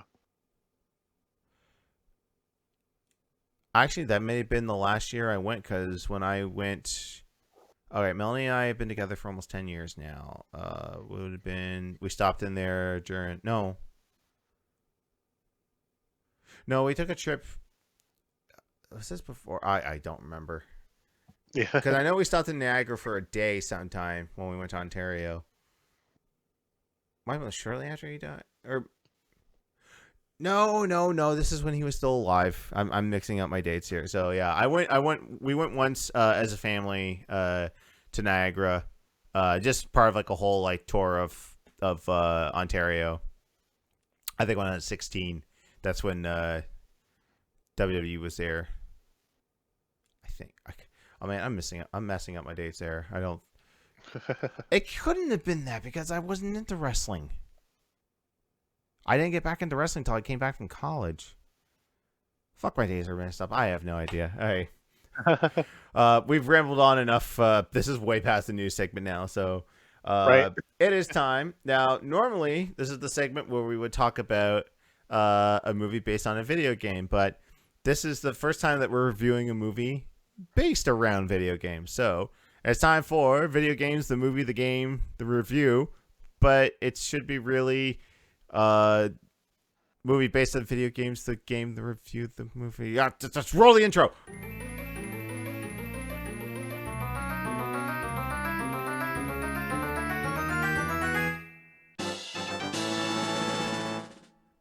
Okay, intro run.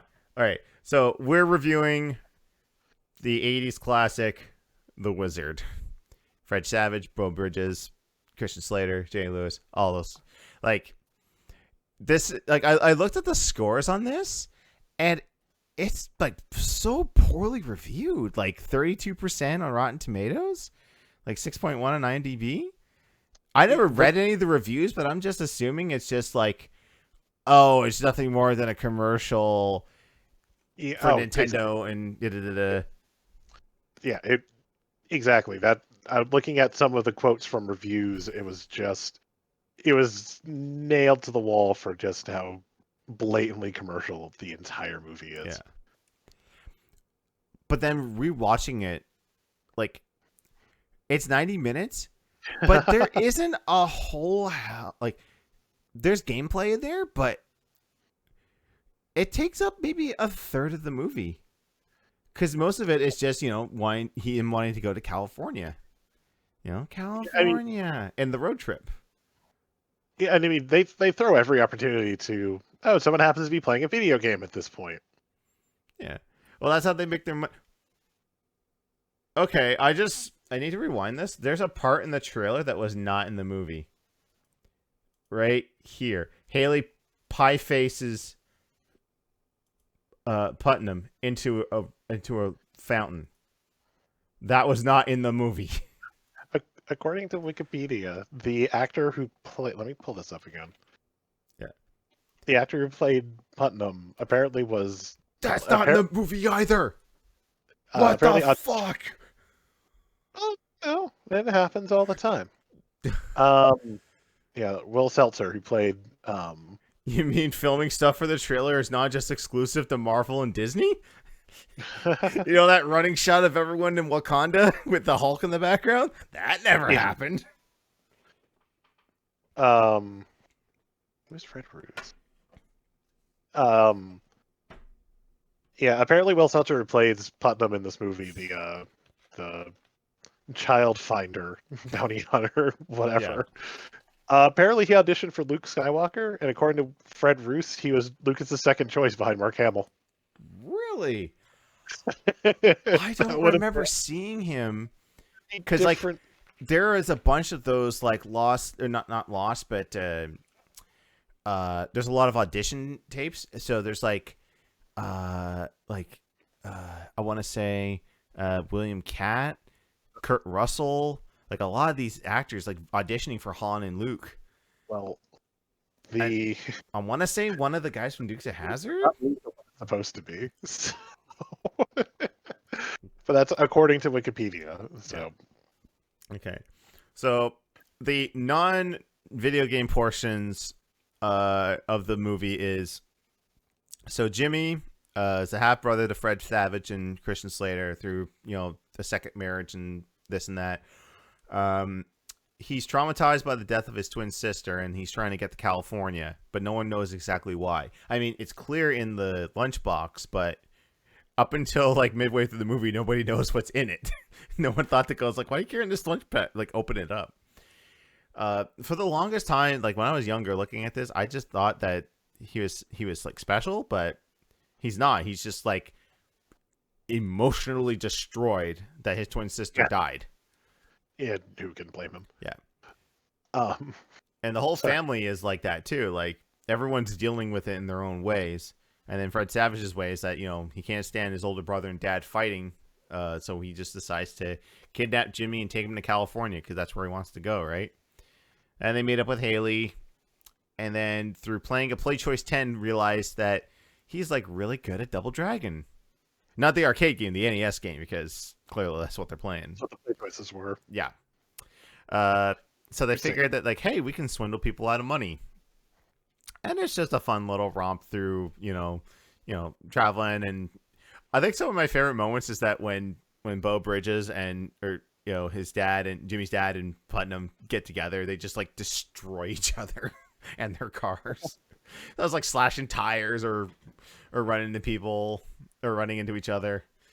Yeah, Wordman City has got the line 50,000 Double Dragon. We'll talk about that in a sec because I've got like plenty of notes, my little nitpicky notes I talk about here. I'm taking notes. But of course, the main premise of this movie is to self-advertise Super Mario Brothers 3 because it was the game that no one ever saw. That's unless according by Norm the gaming historian, if you were a businessman and flew to Japan, you knew about it because your kid liked Nintendo and he saw this new Mario game and wanted to bring it back home. But for most Americans, this movie is the first they ever saw Super Mario 3. Yeah. and in Japan, if they saw this movie, they were like, we've had this for years. What are you talking about? Apparently, they replicated that at PAX 2006. Like they replicated the Super Mario Brothers 3 for the end of the Omegathon, their big video game concert or contest they have every year at PAX. Yeah. I feel like they kind of emulated it in another way the next year by having the finals of the Omegathon being Halo 3, but like new maps a month before the game was released and new weapons. Yeah. And So, Craig famously has done this with the Iron Man of gaming. I'm just pulling up the list because thank you, Tom the Iron Man, for giving me the list. So Craig made a tournament called the Iron Man of gaming. So he was tired of like general esports of just guys being good at one game, like just constantly being good at CS:GO or whatever game was being played back in the day. So he created Iron Man of Gaming. So it was all games, all consoles. You tally up your score, and then the last couple people play a mystery game. So according to Tom, for the first two tournaments, the final game was Killer Instinct on SNES and the Nintendo World Championships 1990 on 2009 because the reproduction cards were out. But starting 2010 with the second SGC, that's where he started doing, okay, we're going to mimic the Wizard. You guys, the mystery game is a game you've never played before. And through the craziness of, I don't know how he got devs to give him this stuff, but for 2010, mystery game number 1 was Hydro Thunder Hurricane, which hadn't been out yet. But the big one, and that was like the big groundswell of, oh my god, it was Sonic 4. And like there's footage online. I was trying to get footage online to play on there, but I couldn't. The one for Sonic 04 is up on the Screw Attack DVD archive channel, which is a fan made channel to preserve Screw Attack history. If you guys ever want to watch that. The other big kicker was in 2013, DuckTales Remastered, and the one that blew the roof off the convention hall, Killer Instinct. Because like that had just got announced at E3, like I want to say a month prior, and then they had like the E3 build, so it was just Jago and Saberwolf. But that was probably like, I watched that live. That was probably the most hyped last moment of SGC for a very long time. I know there's a picture of Tom somewhere just freaking out. And then finally, 2014 was Lethal League. I never played it. I wasn't hyped for it, but I mean, good on that. He's missing one out because they did an SG. Hey, how did Tom forget 2011? Either 2011 or 2012, there was an Iron Man Gaming, and they had Rayman Legends or Origins as the final game that nobody had played. And I know this for a fact. He was there. He's in the goddamn video. As soon as Craig shows the video, he goes, "I approve of this." He did his catchphrase for that video. Tom, how did you forget that? Oh my god! Oh my god! I stumped Tom. I stumped Tom on something. I know something about Screw Attack lore. He doesn't. What were we doing again? Oh yeah, Wizard. Wait. I was checking the Wikipedia to find Will Seltzer's name. There's a note underneath that is way funnier than the rest of it. So later in the movie, one of the vehicles that they end up taking is a ride with Haley's trucker friend Spanky. Yep. That the cab was previously used as Stallone's truck in Over the Top. The fucking arm wrestling movie. From there, it was also in Messenger of Death. They repainted it silver. It was in Tank Girl. It was in a couple other movies after that. When you said repainted, I was hoping you would say black, and it's like, this is what the T-1000 uses to chase down John Connor. No, but apparently, when the trucker's all box putting him in near the end of the movie, when he opens his door, you can see the logo from like his company logo from Over the Top is still on the door. Wow. Yeah, and then there's your money shot right there. Wow, there's more footage in here of different levels of Mario. It drove me crazy. They kept calling it like he got through World 2, and then they show he's like World 1. It's like, yeah. So I think it's time for us to like. I mean, a lot of us have probably watched it. It's a movie that a lot of us have grown up with.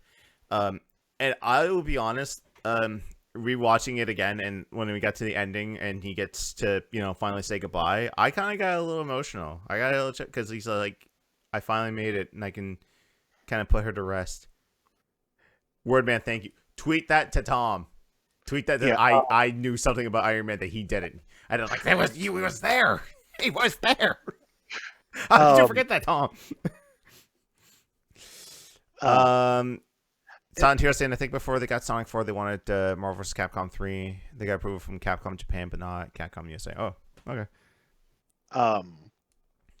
If I saw this movie as a kid, I don't remember it. And part of that was also I never grew up with the NES. Like my first home console was Super Nintendo. Wow.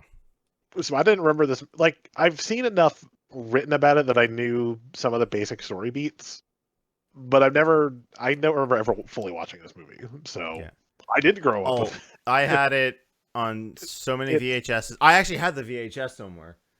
I watched this on Netflix because I wanted a higher quality version of it, which thank you Netflix for not telling me that you took it off Netflix Canada and US. I had to flip my VPN to UK to watch it.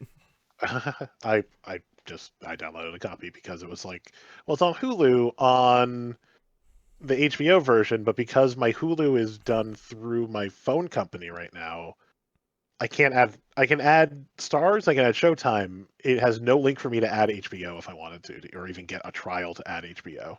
So Yeah. unless I want to convert to an ad-free or another version and then get HBO, I was like, no, I'm just gonna download it. Mm-hmm. It's but as someone who never saw it as a kid, or at least I don't remember ever seeing it as a kid, that's fine. It is very much an '80s movie. Oh Like hell it is yeah! very much. The look, It the is very much soundtrack, everything. John Hughes '80. I mean, obviously, it's not actually John Hughes, but it's very much that style of Mm-hmm. '80s movie road trip. You know, Yeah. we'll maybe give one teeny tiny hint of the emotional gut punch you'll get right at the very end. Yeah. The good guys win at the end, like, and there's nothing wrong with that. I No. I don't say it's a bad thing. It's a fun movie, Yeah. but it is very much an '80s movie. Although I did like that, except for one. I think one instance where he might be playing Double Dragon, um, again, like while he was training. I think every time they showed a game, it was a different game. Yeah. You know, Yeah. not counting like the scene where Christian Slater is playing um Turtles. Turtles. Mm-hmm. He goes to bed and he wakes up and Dad is playing Turtles now. Mm-hmm. Not counting like Okay. that scene.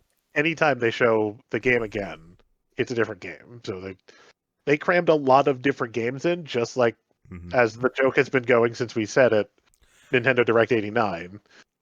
Here's the A funny lot of thing too is that gameplay. Nintendo itself is not really named a whole lot in this movie. It's just No, video game. Video game is it's very very general. I think the only time that they speak Nintendo is when Haley is calling the Nintendo hotline to get tips on how to beat games. Yeah, the one that I caught for like we're gonna not be blatant about this, even though the whole movie is super blatant. Was we got some Power magazines? Yeah, Power magazines being super generic. All right. Who else Power magazines besides Nintendo? So here's my notes I wrote down about like the little nitpicky things I noticed on this. So if you notice, like the monuments that Jimmy is building, like in the school with the Lego, and with the popcorn boxes, he's actually building the set for Video Armageddon. If you go back to the first of the movie and you see like the Legos he's building, he's actually building the screens and the set. Huh. Don't know if that was intentional or not, but like that's when the kind of the teacher's just like, oh, I think he's trying to express himself somehow. So when Haley and Jimmy are doing like the Double Dragon tournament kind of deal, like she's like she got a game over. She dies on like stage 3, I think, and she's like, all right, beat that score. She got like 25,000, and he's like, all right, Jimmy.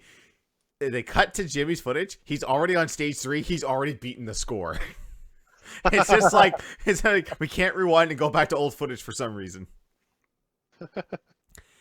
I want that coffee table or dining table NES setup they have there, where the screen's built into the TV or into the table. Oh, I don't. Because that's when he was playing Ninja Gaiden. Okay. Oh, and Fred Savage just like, yeah, so what? He's good at Ninja Gaiden. I'm like, motherfucker, you play Ninja Gaiden? It's kind of hard. And she said it's his second time through and he hasn't taken a hit. I'm like, okay.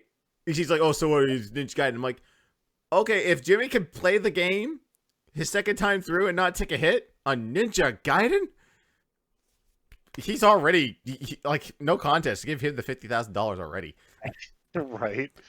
I don't know if you probably never noticed it. If you ever watch it again, I don't think you ever will, but if you ever watch it again, the dad and the son in the truck, apparently they're like some type of tree company or like a, independent company of theirs. Look at the tree in the background. It like changes quality every cut. So sometimes it's like completely stripped of its branches and sometimes it's a fully fledged tree. It's really, really hard to look away from. I'm gonna notice that now because like my ultimate like gauge for this, like boiling it down, I could give like number score or what have you. Oh, I forgot It to play really this going simply would here. be, would I watch it again? Yeah, I would. I would consider honestly showing it to my wife like tonight, or not tonight, but like Yeah. this weekend. I had it on the Wizard logo, and I figured, you know what? I'm gonna put this TAS speed run of Super Mario 3 going. Because I remember There's Crush Danny on the on the Game Attack Facebook group put this GIF of Mario tool assisted speedrun in level 4. It's just like my anxiety level right now, and it's just like I um love this edit too because he's giving off like info. It's like tough though enemies can be stomped on any frame. It's like you go faster by doing this, and it's just, oh, it's crazy. um Oh yeah, and I noticed that Fred Savage's character Corey, he carries a fake spider and a Halloween mask for hitchhiking. that was a really cute scene where it's just like, no, we need all of these cat gifts. Like, this is necessary. And Yeah, then he's got like and then and then the Jimmy's got Dr. Mark. the Macho Marks. He's like, That's Um, but again, going into, yes, this is an '80s movie because who do we need for our hero for this '80s movie? Fred Savage. yeah. Oh, he was everywhere. Oh yeah, Oh, absolutely. this right here. If you guys want to watch it, this is what Danny tweeted out or put the animated GIF of this particular level here. Like this is what tool assisted speedruns are. Yeah, These are some of my favorite runs of HGDQ. Watching a robot go like nuts. this is we have time because we're stuck in an auto scroller, so we're just gonna screw around while we're here. For I mean, we have time to read it some might donations. be right. I mean, this might be like eliminating some slowdown maybe by getting rid of less sprites on screen, Oh no, I think it's just the fact that they can. but it's mostly just because we can. Yeah. All right. Sorry. Continue. I don't know. Maybe I was just watching. Really, I don't exactly recall. Talking about Um, like maybe getting Joe to watch it with you. yeah, I mean, maybe it's just in general. Like, would I watch this movie again? Like, I can boil it down to, I'll watch Mortal Kombat again. I would still watch Super Mario Brothers again. The Wizard was better Mm. than Super Mario Brothers or than the Super Mario movie. Let me go. Let me go with my I'd have other notes here. to watch it again, or Annihilation if I No, never had to. I would never watch that shit again. no. One of the things I noticed too is that when they had the Send Me an Angel montage of them traveling and they were like hitchhiking, I noticed Haley's like bottle of soda, whatever it was, and I remembered styrofoam labels. I was like, oh my god, I forgot that. Glass bottles and styrofoam labels. Oh, I don't remember that at all. Uh, like, but not biodegradable at all. Um, when Lucas is playing Rad Racer with the Power Glove, the footage doesn't look like he's doing very well because he's still hitting cars and he's not dodging very well with the Power Glove. He's using the Power Glove. We Yeah. all know the "it's so bad" was not the ironic statement they wanted it to be. Yeah. It was very accurate. And Jimmy is the smart one in this scenario. He just walked away. He's like, I ain't touching this. What are you talking about? the one of the scenes I love is that Jimmy's dad and brother are at the motel and he's trying to be like, get him to open up and just be like, I'm glad I'm here and glad this. He's like, I can't talk to my own father. I gotta go play Nintendo. So he ends up playing Ninja Turtles.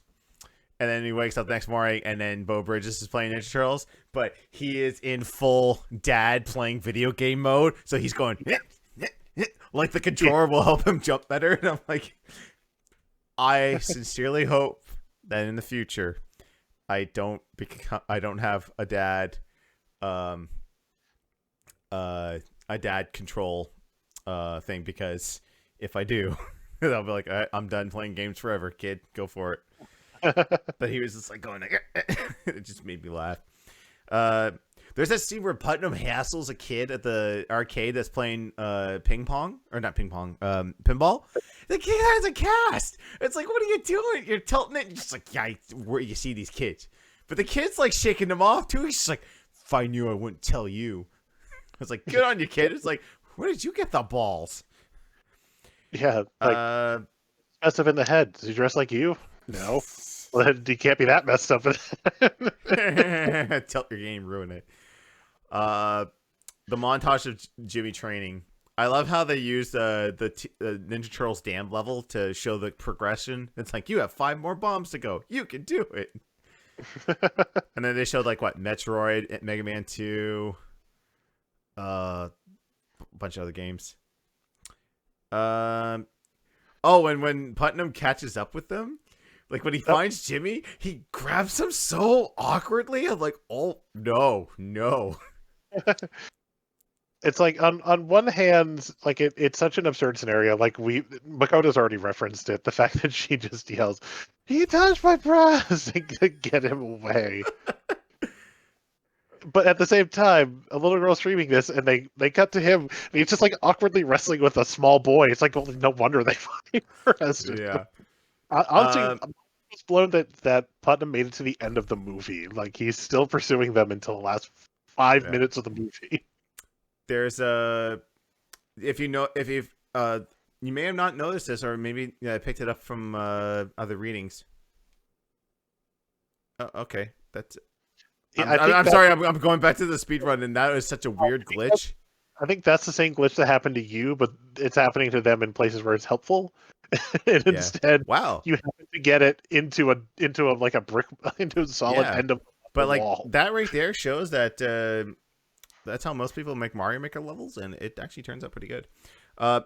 There's that scene where they're all outside Video Armageddon. Lucas is there with his cronies, and he tells one to go get him a drink.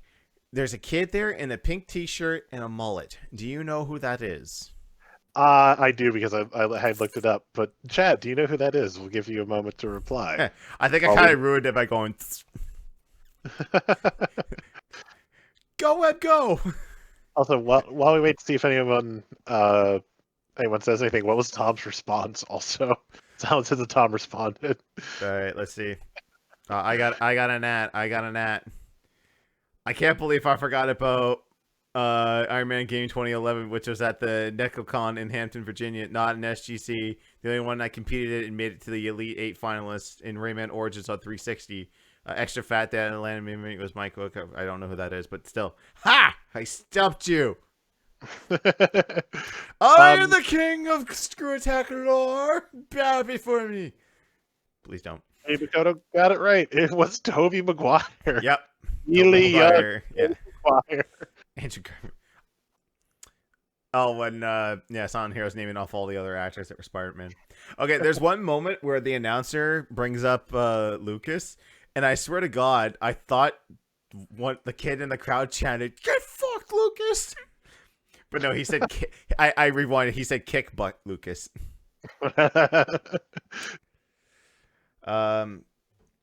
Yeah. Also, I feel like even counting Putnam, I don't think anybody overacted in that movie worse than the host of Video Armageddon. That host, I love him. It's like, where's the other one?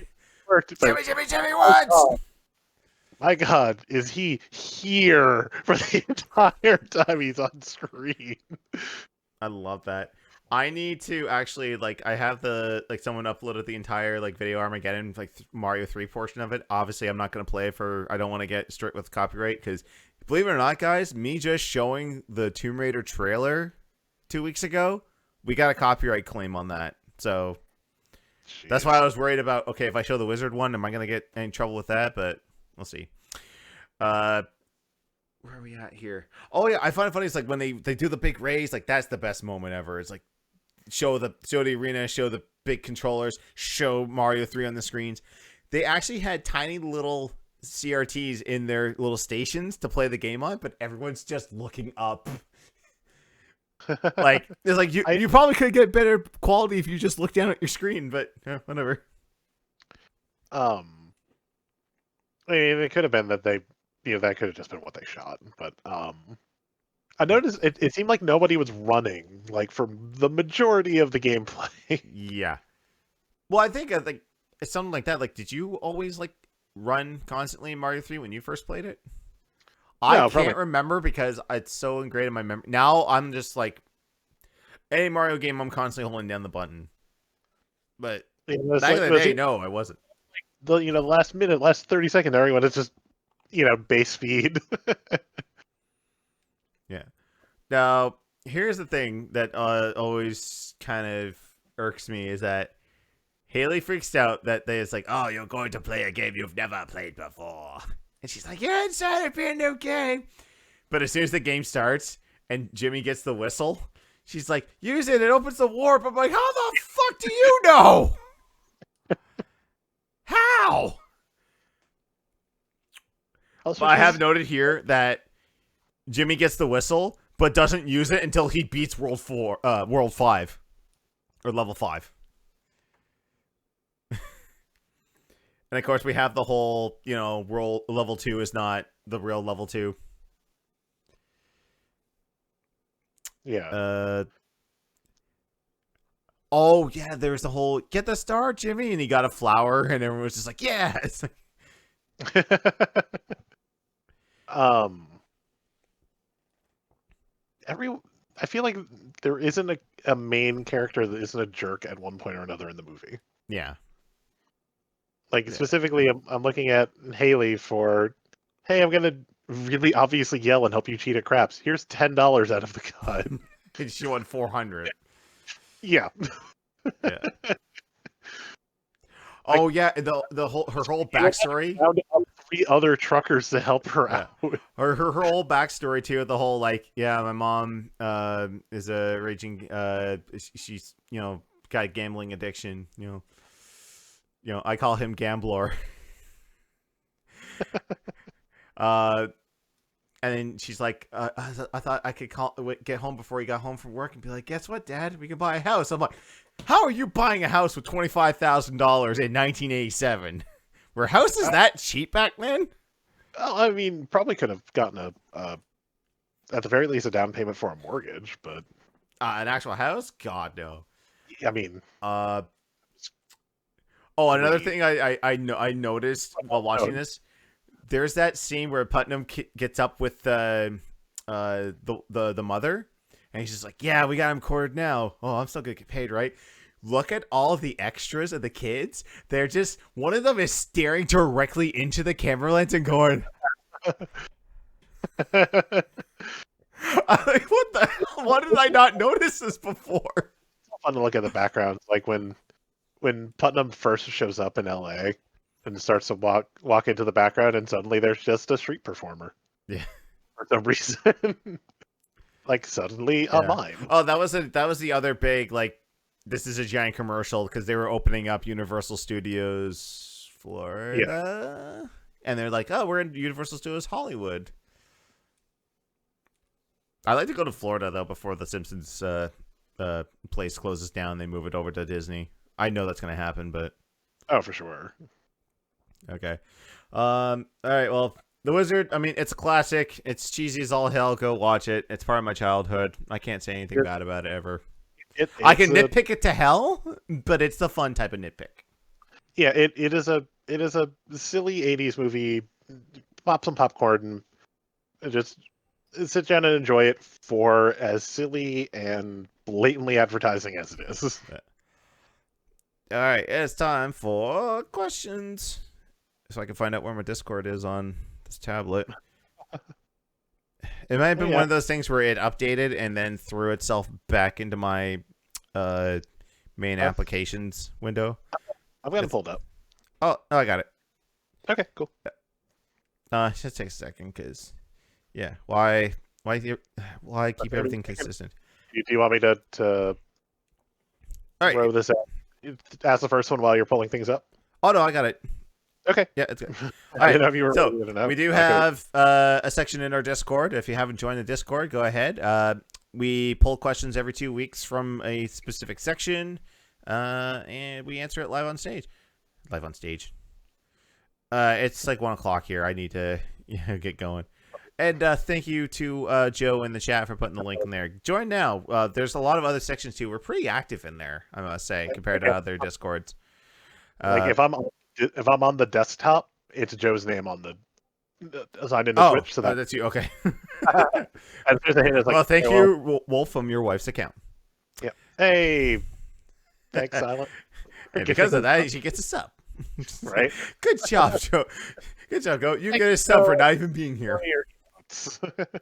Okay. So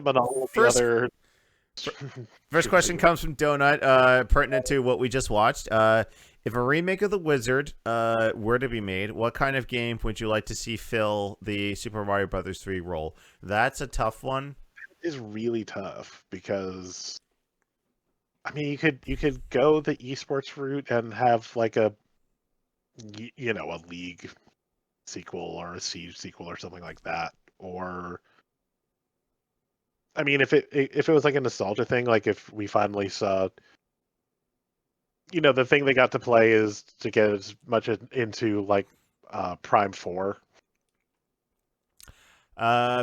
If there's no restriction on the fact that it would have to be a Nintendo film commercial, and if you could find some way to make it competitive, Half-Life 3.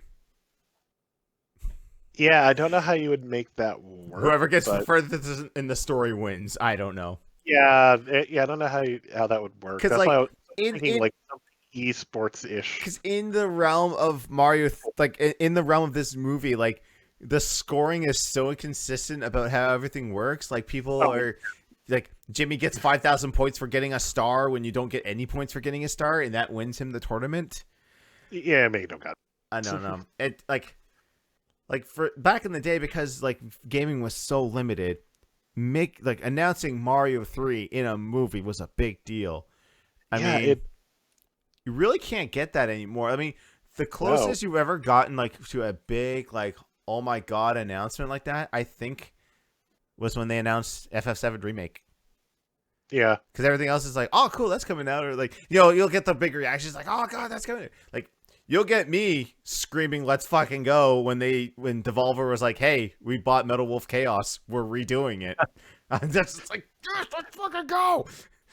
And part of that it also is just that like gaming is so much more diverse now than it was in the 80s. Like, yeah, I mean, basically there are only 4 platforms now, but yeah. And back in the day, like, what was the number one genre for video games? Platformers. Yeah, but even like, you basically had at that point what, NES, Master System. I don't think Genesis was out yet. This would have been 87. It was close. Yeah. I think Genesis was out by then. Okay. So maybe that if Atari still had like the 7800, maybe at that point, like 88, or didn't even get to America until the 89, the Genesis. So yeah, you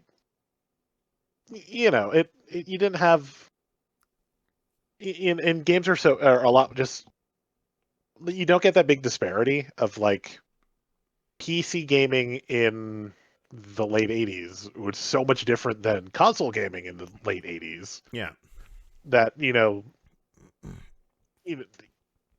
except for like a port, like, yeah, you're not really seeing the same type of game. So you had like the one with big market share. And so, yeah, that you actually don't have that the same way now. Like,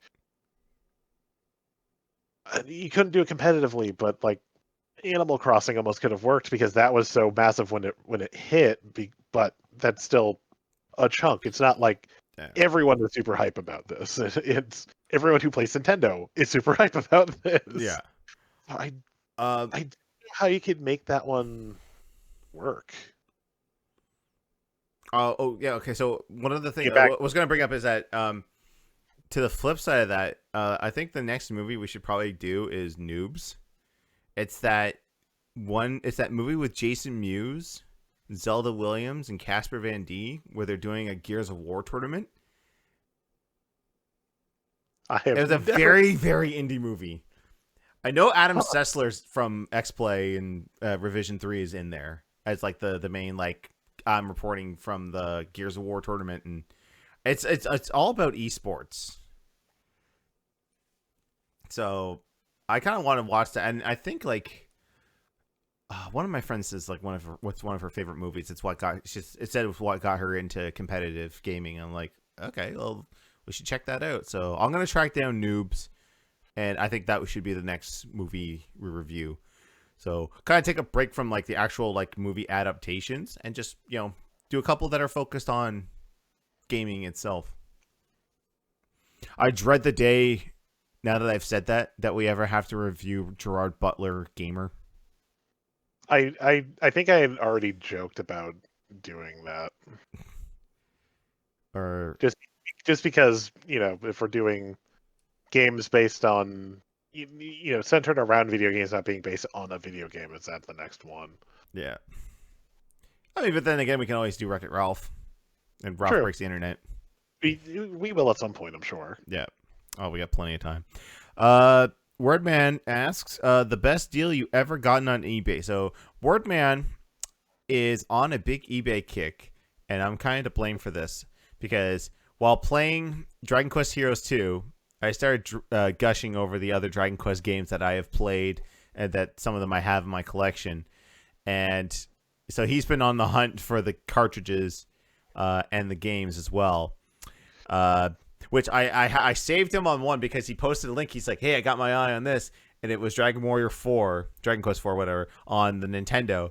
And I looked at it and I was like, why does he have it plugged in? And why is Mario Duck Hunt World Class on there? And I read the description. I'm like, Wordman didn't read the description. I was like, dude, thank God you didn't bid on this, because it's the Dragon Warrior 4 shell and label, not the game. Someone swapped it out and put the Mario Duck Hunt World Class Track Beat 3-pack in there. They said this is solely for a label upgrade or a cartridge upgrade in case you have permanent marker. So thank God he didn't get that. So he's on the hunt for another one. But on that, actually, I have two from the last time I ever bought video games off of eBay, because I don't retro collect anymore. Just out of, it's too pricey now, and I sold off most of my collection when we were in kind of dire straits. When Mel lost her job, we needed money, so I sold off my collection and kept us afloat. So thank you to all you local collectors out there that really helped me out. But I actually got Dragon Warrior 4 for $60, and it came with the book and coming with a manual for an RPG that's hard to come by. The bigger one I got Contra on NES with a couple of dust sleeves and the Dogbone Nintendo controller, the ones that came with the top loaders. I think I got that for like $25. Nice. That was a good eBay deal. Best deal ever, which isn't eBay, I've already said it a million times, is Chip 'n Dale 2 for $25. I think best deal ever at all is Ticket to Ride, because it's normally like a $50 board game. My local, one of my local like video game sellers, I'm honestly debating. Does this price sound right to you? Just real quick, side note.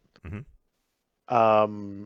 Super Mario RPG cartridge only, 48 shipped. You know what? Let me double check on that and see what the pricing is, because Ticket to Ride for $8. Like, it is, like I said, it is literally usually a $50 board game, and it goes on sale sometimes. It was like $8. It's like done, done right now. I got home, every piece is in it. Like, because at least they give you a couple spare pieces per color, so if something happens, like, at least you have some. Wow. Yeah, for some reason, Mario RPG is really skyrocketing in price now. Last known confirmed purchases puts it average to $60 loose. Huh. So, all right. So for like the longest time over the last year, it's only been trending around 48 to 30. So yeah, it skyrocketed in May for some strange reason. So yeah, get on that. Yeah, I'll send him a message tomorrow. But as far as eBay goes, all these were $20 or less, and I think there are a couple others that are the same. Like there's actually a bunch of these are actually thrifted, but probably a bunch of my Sierras, King's Quest 4, Colonel's Bequest, all these were less than $20 each, with all the discs, a lot of the internals, and I'm gonna show it. It's coming. Also, like $20, and even has the old hint book. Like back in the day, you didn't get this. No. Like again, I'll bust it open real quick because everybody loves to make fun of me for this game. But here we are. Because there was a manual where it actually told you how to do shit, and there were parts of the game where you literally had to do them exactly as the manual said. But then you had the hint book that was full of these. We've all seen it before. The red decoder Yeah, file with an actual decoder. that's cool. So you see the hints as. Yeah, you had to call Sierra separate and order this. Because it was that or call a hotline. Or universal hint system or something. But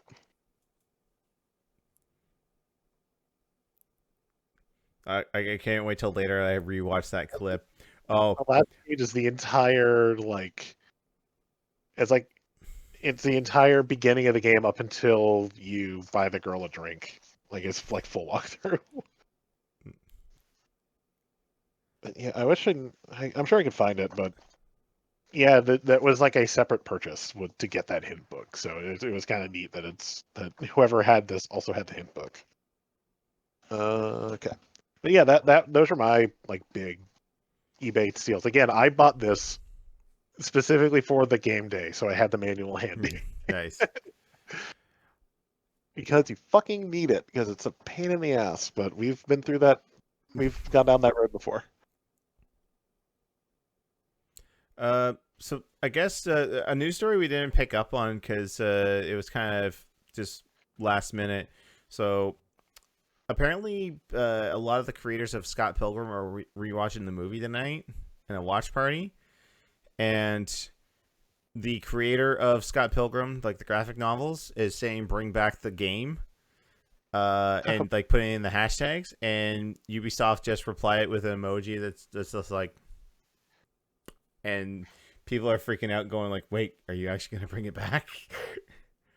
I mean, that's a game that's been making in so much legal trouble. I can't even comprehend. It's like who owns this? Who owns that? It's like, okay, just put the game out. Next question. Oh, everyone's tweeting about it too. They're just like, "Yep, make it happen, Ubisoft." Please, and Universal, and please.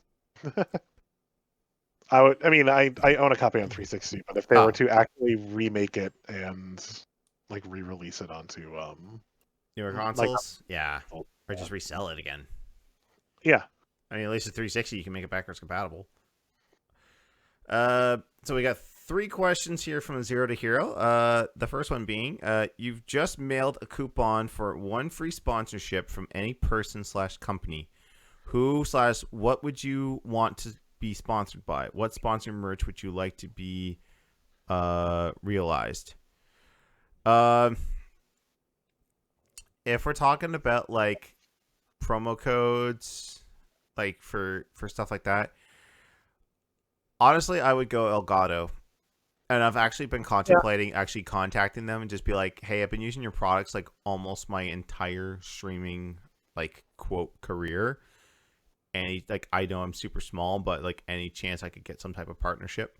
Because Miss Mindy and Shortbutts Erica applied for AverMedia partnership, and maybe they will get some sponsorships out of that. We'll have to wait and see because they're doing an open. But Elgato would be my thing. So like if you use my code, you'll get blank off a Stream Deck, because I've got with me I've got the Stream Deck, I've got the HD internal capture device. I'd love to get a key light. Not saying that this one that I'm using is terrible, but I'd like to have one I'd have more control over than a knob in the back. Yeah, I'm literally in the same boat. Hell, I still technically have 2 of those with the back. Fuck, I don't know. Like, I saw it and I thought about it and I have no idea. Like, I mean, I guess Elgato, or I don't know. That one's too tough. Or get a sponsor. The only other one I can really think of is Corsair. So maybe like a new That's the same company. a keyboard, a mouse, a headset. It's literally the same company. Corsair owns them. Oh yeah. So that's the thing. I mean, I know. I mean, some of my shit's kind of piecemeal, but I'm running a Corsair keyboard. I've got the Elgato in the computer now.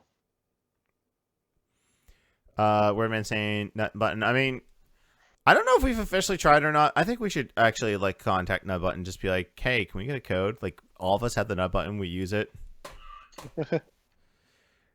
Like I've contemplated asking Smart Button if they can have like a specific code or not, but we're saying G Fuel. I mean, no. I mean, as far as like, it'd be cool to get that code for like specific days. You'll get 30% off or 10% off every other time. But I mean, like, you have to be like the top people to get your own flavor shaker. I don't ever see that happening. I say they literally ran a tournament to see. Yeah. I mean, if anyone has been following Twitter the last couple of days, one flavor has now been removed and a person shaker has been removed, and that's all we're gonna say about it. Robe earlier today in the game day tried to coax me into talking about other stuff. I'm like, no. I said, we'll talk about it quickly right now. TLDR, here's what happened. No, not talking about it. But yeah, those are the sponsorships. Azira also asked if you're immune to any and all lawsuits potentially attached to such a concept, you're 100% guilt-free from the project. Would you endorse shuttling a bunch of 8 and 14-year-olds to an abandoned Western town to film a reality TV show? I think everyone we've all watched the same JonTron episode apparently. Honestly, I haven't watched JonTron since. I think the Crystal Skull Vodka one was the last one I saw. Yeah. So for this episode, he reviewed. I don't know if it was on ABC or CBS, but it was a reality show where they took a couple of school buses full of kids, the youngest being 8 years old, put them in an old Western town down in New Mexico, and it's like, you need to make a society, so you need to determine this and this. And it's just like, it's like 40 minutes of kids crying, like, I want my mom, and I can't handle this. This is the worst day of my life in the last 3 years. And Google, why did you just activate now? Shut up. I swear. Yeah, I remember seeing the trailers, and it was this. It just seemed so weird because I mean, I was definitely adult enough that it wouldn't have been like, this is the dream, like game shows when we were kids. Yeah. Like, that was the dream. And we're gonna Lord of the Flies you in the desert. No, fuck you. Yeah. There's a second part to it where he actually interviews the first kid that says, I want out. Oh, so interesting. he actually got an interview and just like, hey, what was the experience like, and what can you tell us? Apparently, like JonTron said himself, he's like, I tried to legally buy this. I could only find the one episode online, and like everything else, it's like gone. They don't want this to ever be known that it existed. And the kid's like, yeah, they gave me like a year after it broadcast, they gave me the DVDs of all the episodes. Like, I have them at home. It's like interesting. Yeah, so it's a good watch. So if I could be 100% guilt-free from any project, are you asking if I specifically try to do a reality show where I drop kids off and say, hey, fend for yourself? Basically, with our names completely detached from it. No. Because they'll find out. They'll eventually find out. Yeah. No. Are there? Put me in arcade. Put me in guts. being Hidden Temple. Don't fucking Lord of the Flies me. And don't Lord of the Fly other kids on purpose. I would now if there was ever an opportunity where I could be completely like 100% guilt free of a project if it failed. I've always taken around with the idea of making like a show like The Office, but have it based around the creative team of a professional wrestling company. I think that would be a really interesting television concept. I don't know how you could have like your young writer. You could have like basically, I would want like the young hip writer who wants to do everything. The old fart wants everything back to the traditional ways, and then the guy who just wants to put blood, sex, and rock and roll on TV. So basically, I want a sitcom, or not a sitcom, but I want the newer ones where there's no laugh track because laugh tracks are so whatever. Yeah, basically, I want a spoof on Brian Alvarez. No, he wasn't the writer. God. Who is the younger guy? Brian Gertz, Vince Russo, and Jim Cornette. And then you like have the wrestlers come in. He's like, "What the hell? You want me to say this on air?" It's like, bro. It's like on one hand, I would be surprised if it worked with wrestling. On the other hand, Glow worked. Oh hell yeah, love Glow. It could. I mean, it could work, but it maybe. Yeah. Anything on you before I go to the last question, or for that question? No. But Johnny, what would you title that show? I had two titles. Well, I was going to call it Kayfabe, but there's already a Canadian mockumentary movie about that. It's actually pretty good. It's not officially released anywhere. I think it's all on YouTube, but it's filmed in Vancouver. It's actually pretty good. The other name I had for it was Creative Control. Anyways, final question from Azero says, Twitch/Mixer has decided to ban your channel with no dispute or repels. Tomorrow's your last day allowed to stream. How do you say fuck it and say goodbye in grand fashion? I screen cap Pornhub and just let it play with whatever popped up. I just papercraft dicks because half of my streams lately have been me building shit. just find papercraft models of genitals and sexually graphic materials and I would the thing too is that I would put it on Pornhub, and I would have down the lower third a scrolling text and said, "Y'all motherfuckers are too scared to go to this site. I saved you the trouble. You're welcome." I would put it on just chatting and be like, see how long it takes. But you know what? I'm so small that it would probably take forever. Because I think there was someone report you, and you'd have to have Twitch staff actually come in. Yeah, those are revenge. Because there was a moment where on my personal channel that a nipple was present for half a second. that no one clipped it, and that broadcast no longer exists. So good luck finding it. Yeah. And I'm like, but you know what? If Pokemon can get away with accidentally showing it, I think I'm okay too. Have you seen that? Like, she's doing one of her reaction streams. Someone sent her a link to click on, and apparently the mods never picked up on it. It was like one of those tiny URLs, so no one checked it. Went straight to a Pornhub video, and she just went threw it away. Yes. Not only that, she's not banned. She never got no slap on the wrist, no repercussions, and people are calling for her head. But the video that was linked has about an extra 1 million views on it now. And a bunch of accounts. So people made parody accounts on Pornhub with her face as Pokemon189. She says, "Great video. Glad I could show it on stream for you guys." I mean, I feel like there's a difference between like there's a difference in intent. You know what I mean? I mean, we're pivoting this question, I guess, into Twitch rules, but Yeah. like it's one thing to I'll use a tamer example than the one that we're probably thinking of right away. Like Bolin hanging out with his shirt off like he used to do is different than like a nipple showed up for a second. So you know who accidentally flashed hers. I don't think she was going to get into massive trouble for that. I think she's still self banned for a few days, but like that, it's No, different. the ban's been lifted. She got banned, I think, for 24, but then she's like, no, I'm gonna give myself 72.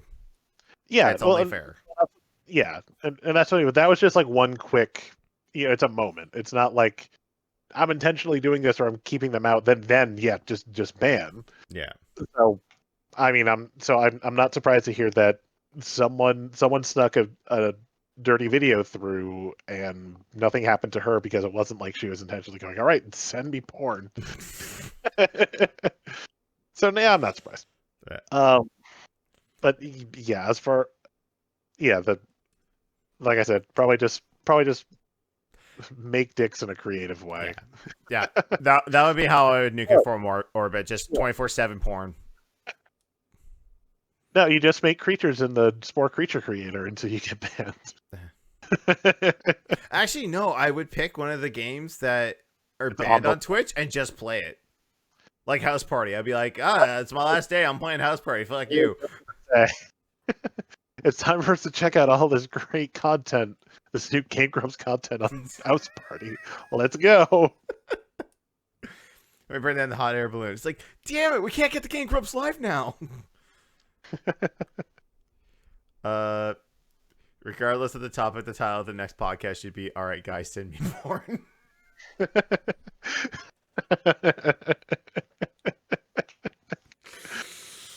Oh. If you legit have to ask that question, you're not searching hard enough. I'm sorry, what? I said if you're legit asking that question, you're not searching hard enough. Along those lines, I think he's normally like a voice actor that also does YouTube. And one of his bits that he'll do is he'll just find random shit that people are offering on Fiverr and just get it to see if they deliver. One dude was literally like give me a subject, I will find you as much erotic like anime porn as I can. For like $5. So it's like, yeah, like send me this. And it's like, well, this guy responded, this is a lot. I feel bad now. He saved all this on his computer. It's kind of dangerous to have this much porn. Just saying. Oh god. All right. Well, that was it for questions, guys. Thank you guys so much for hanging out and watching. Like, we have gone I didn't think we would fill up this time with just the two of us, but god damn if we didn't do it. Sea Dog is the YouTuber I was talking about. Also, hey babe, you're still awake at almost 1 a.m. Wait. But is that actually Joe now? Not you? No, I don't know who this was. Like, I mean, I've vaguely heard the name, but I've never specifically hunted out his videos. I've just heard her watching them, basically. So yeah, the Sea Dog, I guess, on YouTube. Well, there you go. All right. An ending button? My ending button seems to be broken. A lot of news, though. I feel like normally we have 3 or 4 stories. We had a lot of news to get through, and I threw a couple extras in there too. Yeah, we had a lot. We had a lot that was coming, but I like this. So, will it be a 3-man crew? I sure hope so. But I mean, it all depends on everyone's schedules. But it's nice to know that we can still have a pretty entertaining show with just 2 people. Yeah. So it's time for self-plugging. Wolf, you said that you're gonna start up the Lavo build again. I'm gonna try to finish up the second one because I think the other 2 models seem like they're a lot easier than the first one. Or like the big one was the steering wheel and the pedal. I think the pedal wasn't too bad, and then there's a key for all the I think it's for all the devices, or maybe each one has its own key. That took 10 minutes, but then the steering wheel itself took almost 3 hours. I was like, oh, cool. The sheets are all lettered, so it's like, cool. I'm now on sheet J of cardboard with this, just the wheel together, let alone, Damn. yeah. I was legitimately using tilt controls, so not one grip. Yeah. Yeah. Well, that'll be kicking off over at mixer.com/MrTLWolf. He'll be I will say it's not terrible. It's just getting out of a drift. You have to be back to straight on the steering wheel, so it's just there's a learning curve. There's practice I need to do before I can like seriously be like, all right, guys, Yeah. Labo game day. I'm I'm gonna be using the cardboard steering wheel the whole time, or for the first hour or whatever. It would take some time and some practice. Yeah. So as for myself, I'll be back live tomorrow at 7 p.m. Eastern with I'm still continuing on Transformers Fall of Cybertron, which was the last High Moon Studios Transformers game they made. That kind of wraps up that whole storyline. Unfortunately, I kind of hoped they would do another one where they're on Earth in that universe, but it never came to fruition. So I'll be continuing that. Friday I don't know what date night. I think we might do Mario and Sonic. I think I might pull the trigger and after the stream's done, go and actually buy it, download it, and start it up. So that's over at twitch.tv/JohnnyLChase. But that's not it for us. We've got more coming up throughout this week. So Friday, it's going to be Super Smash Brothers Ultimate at 10 p.m. Eastern with Debaser. Saturday will be Halo 5 on the Xbox One with Jimbo Socks at 9 p.m. That next morning, 6 a.m. Eastern, we Sea of Thieves on PC with Garfield.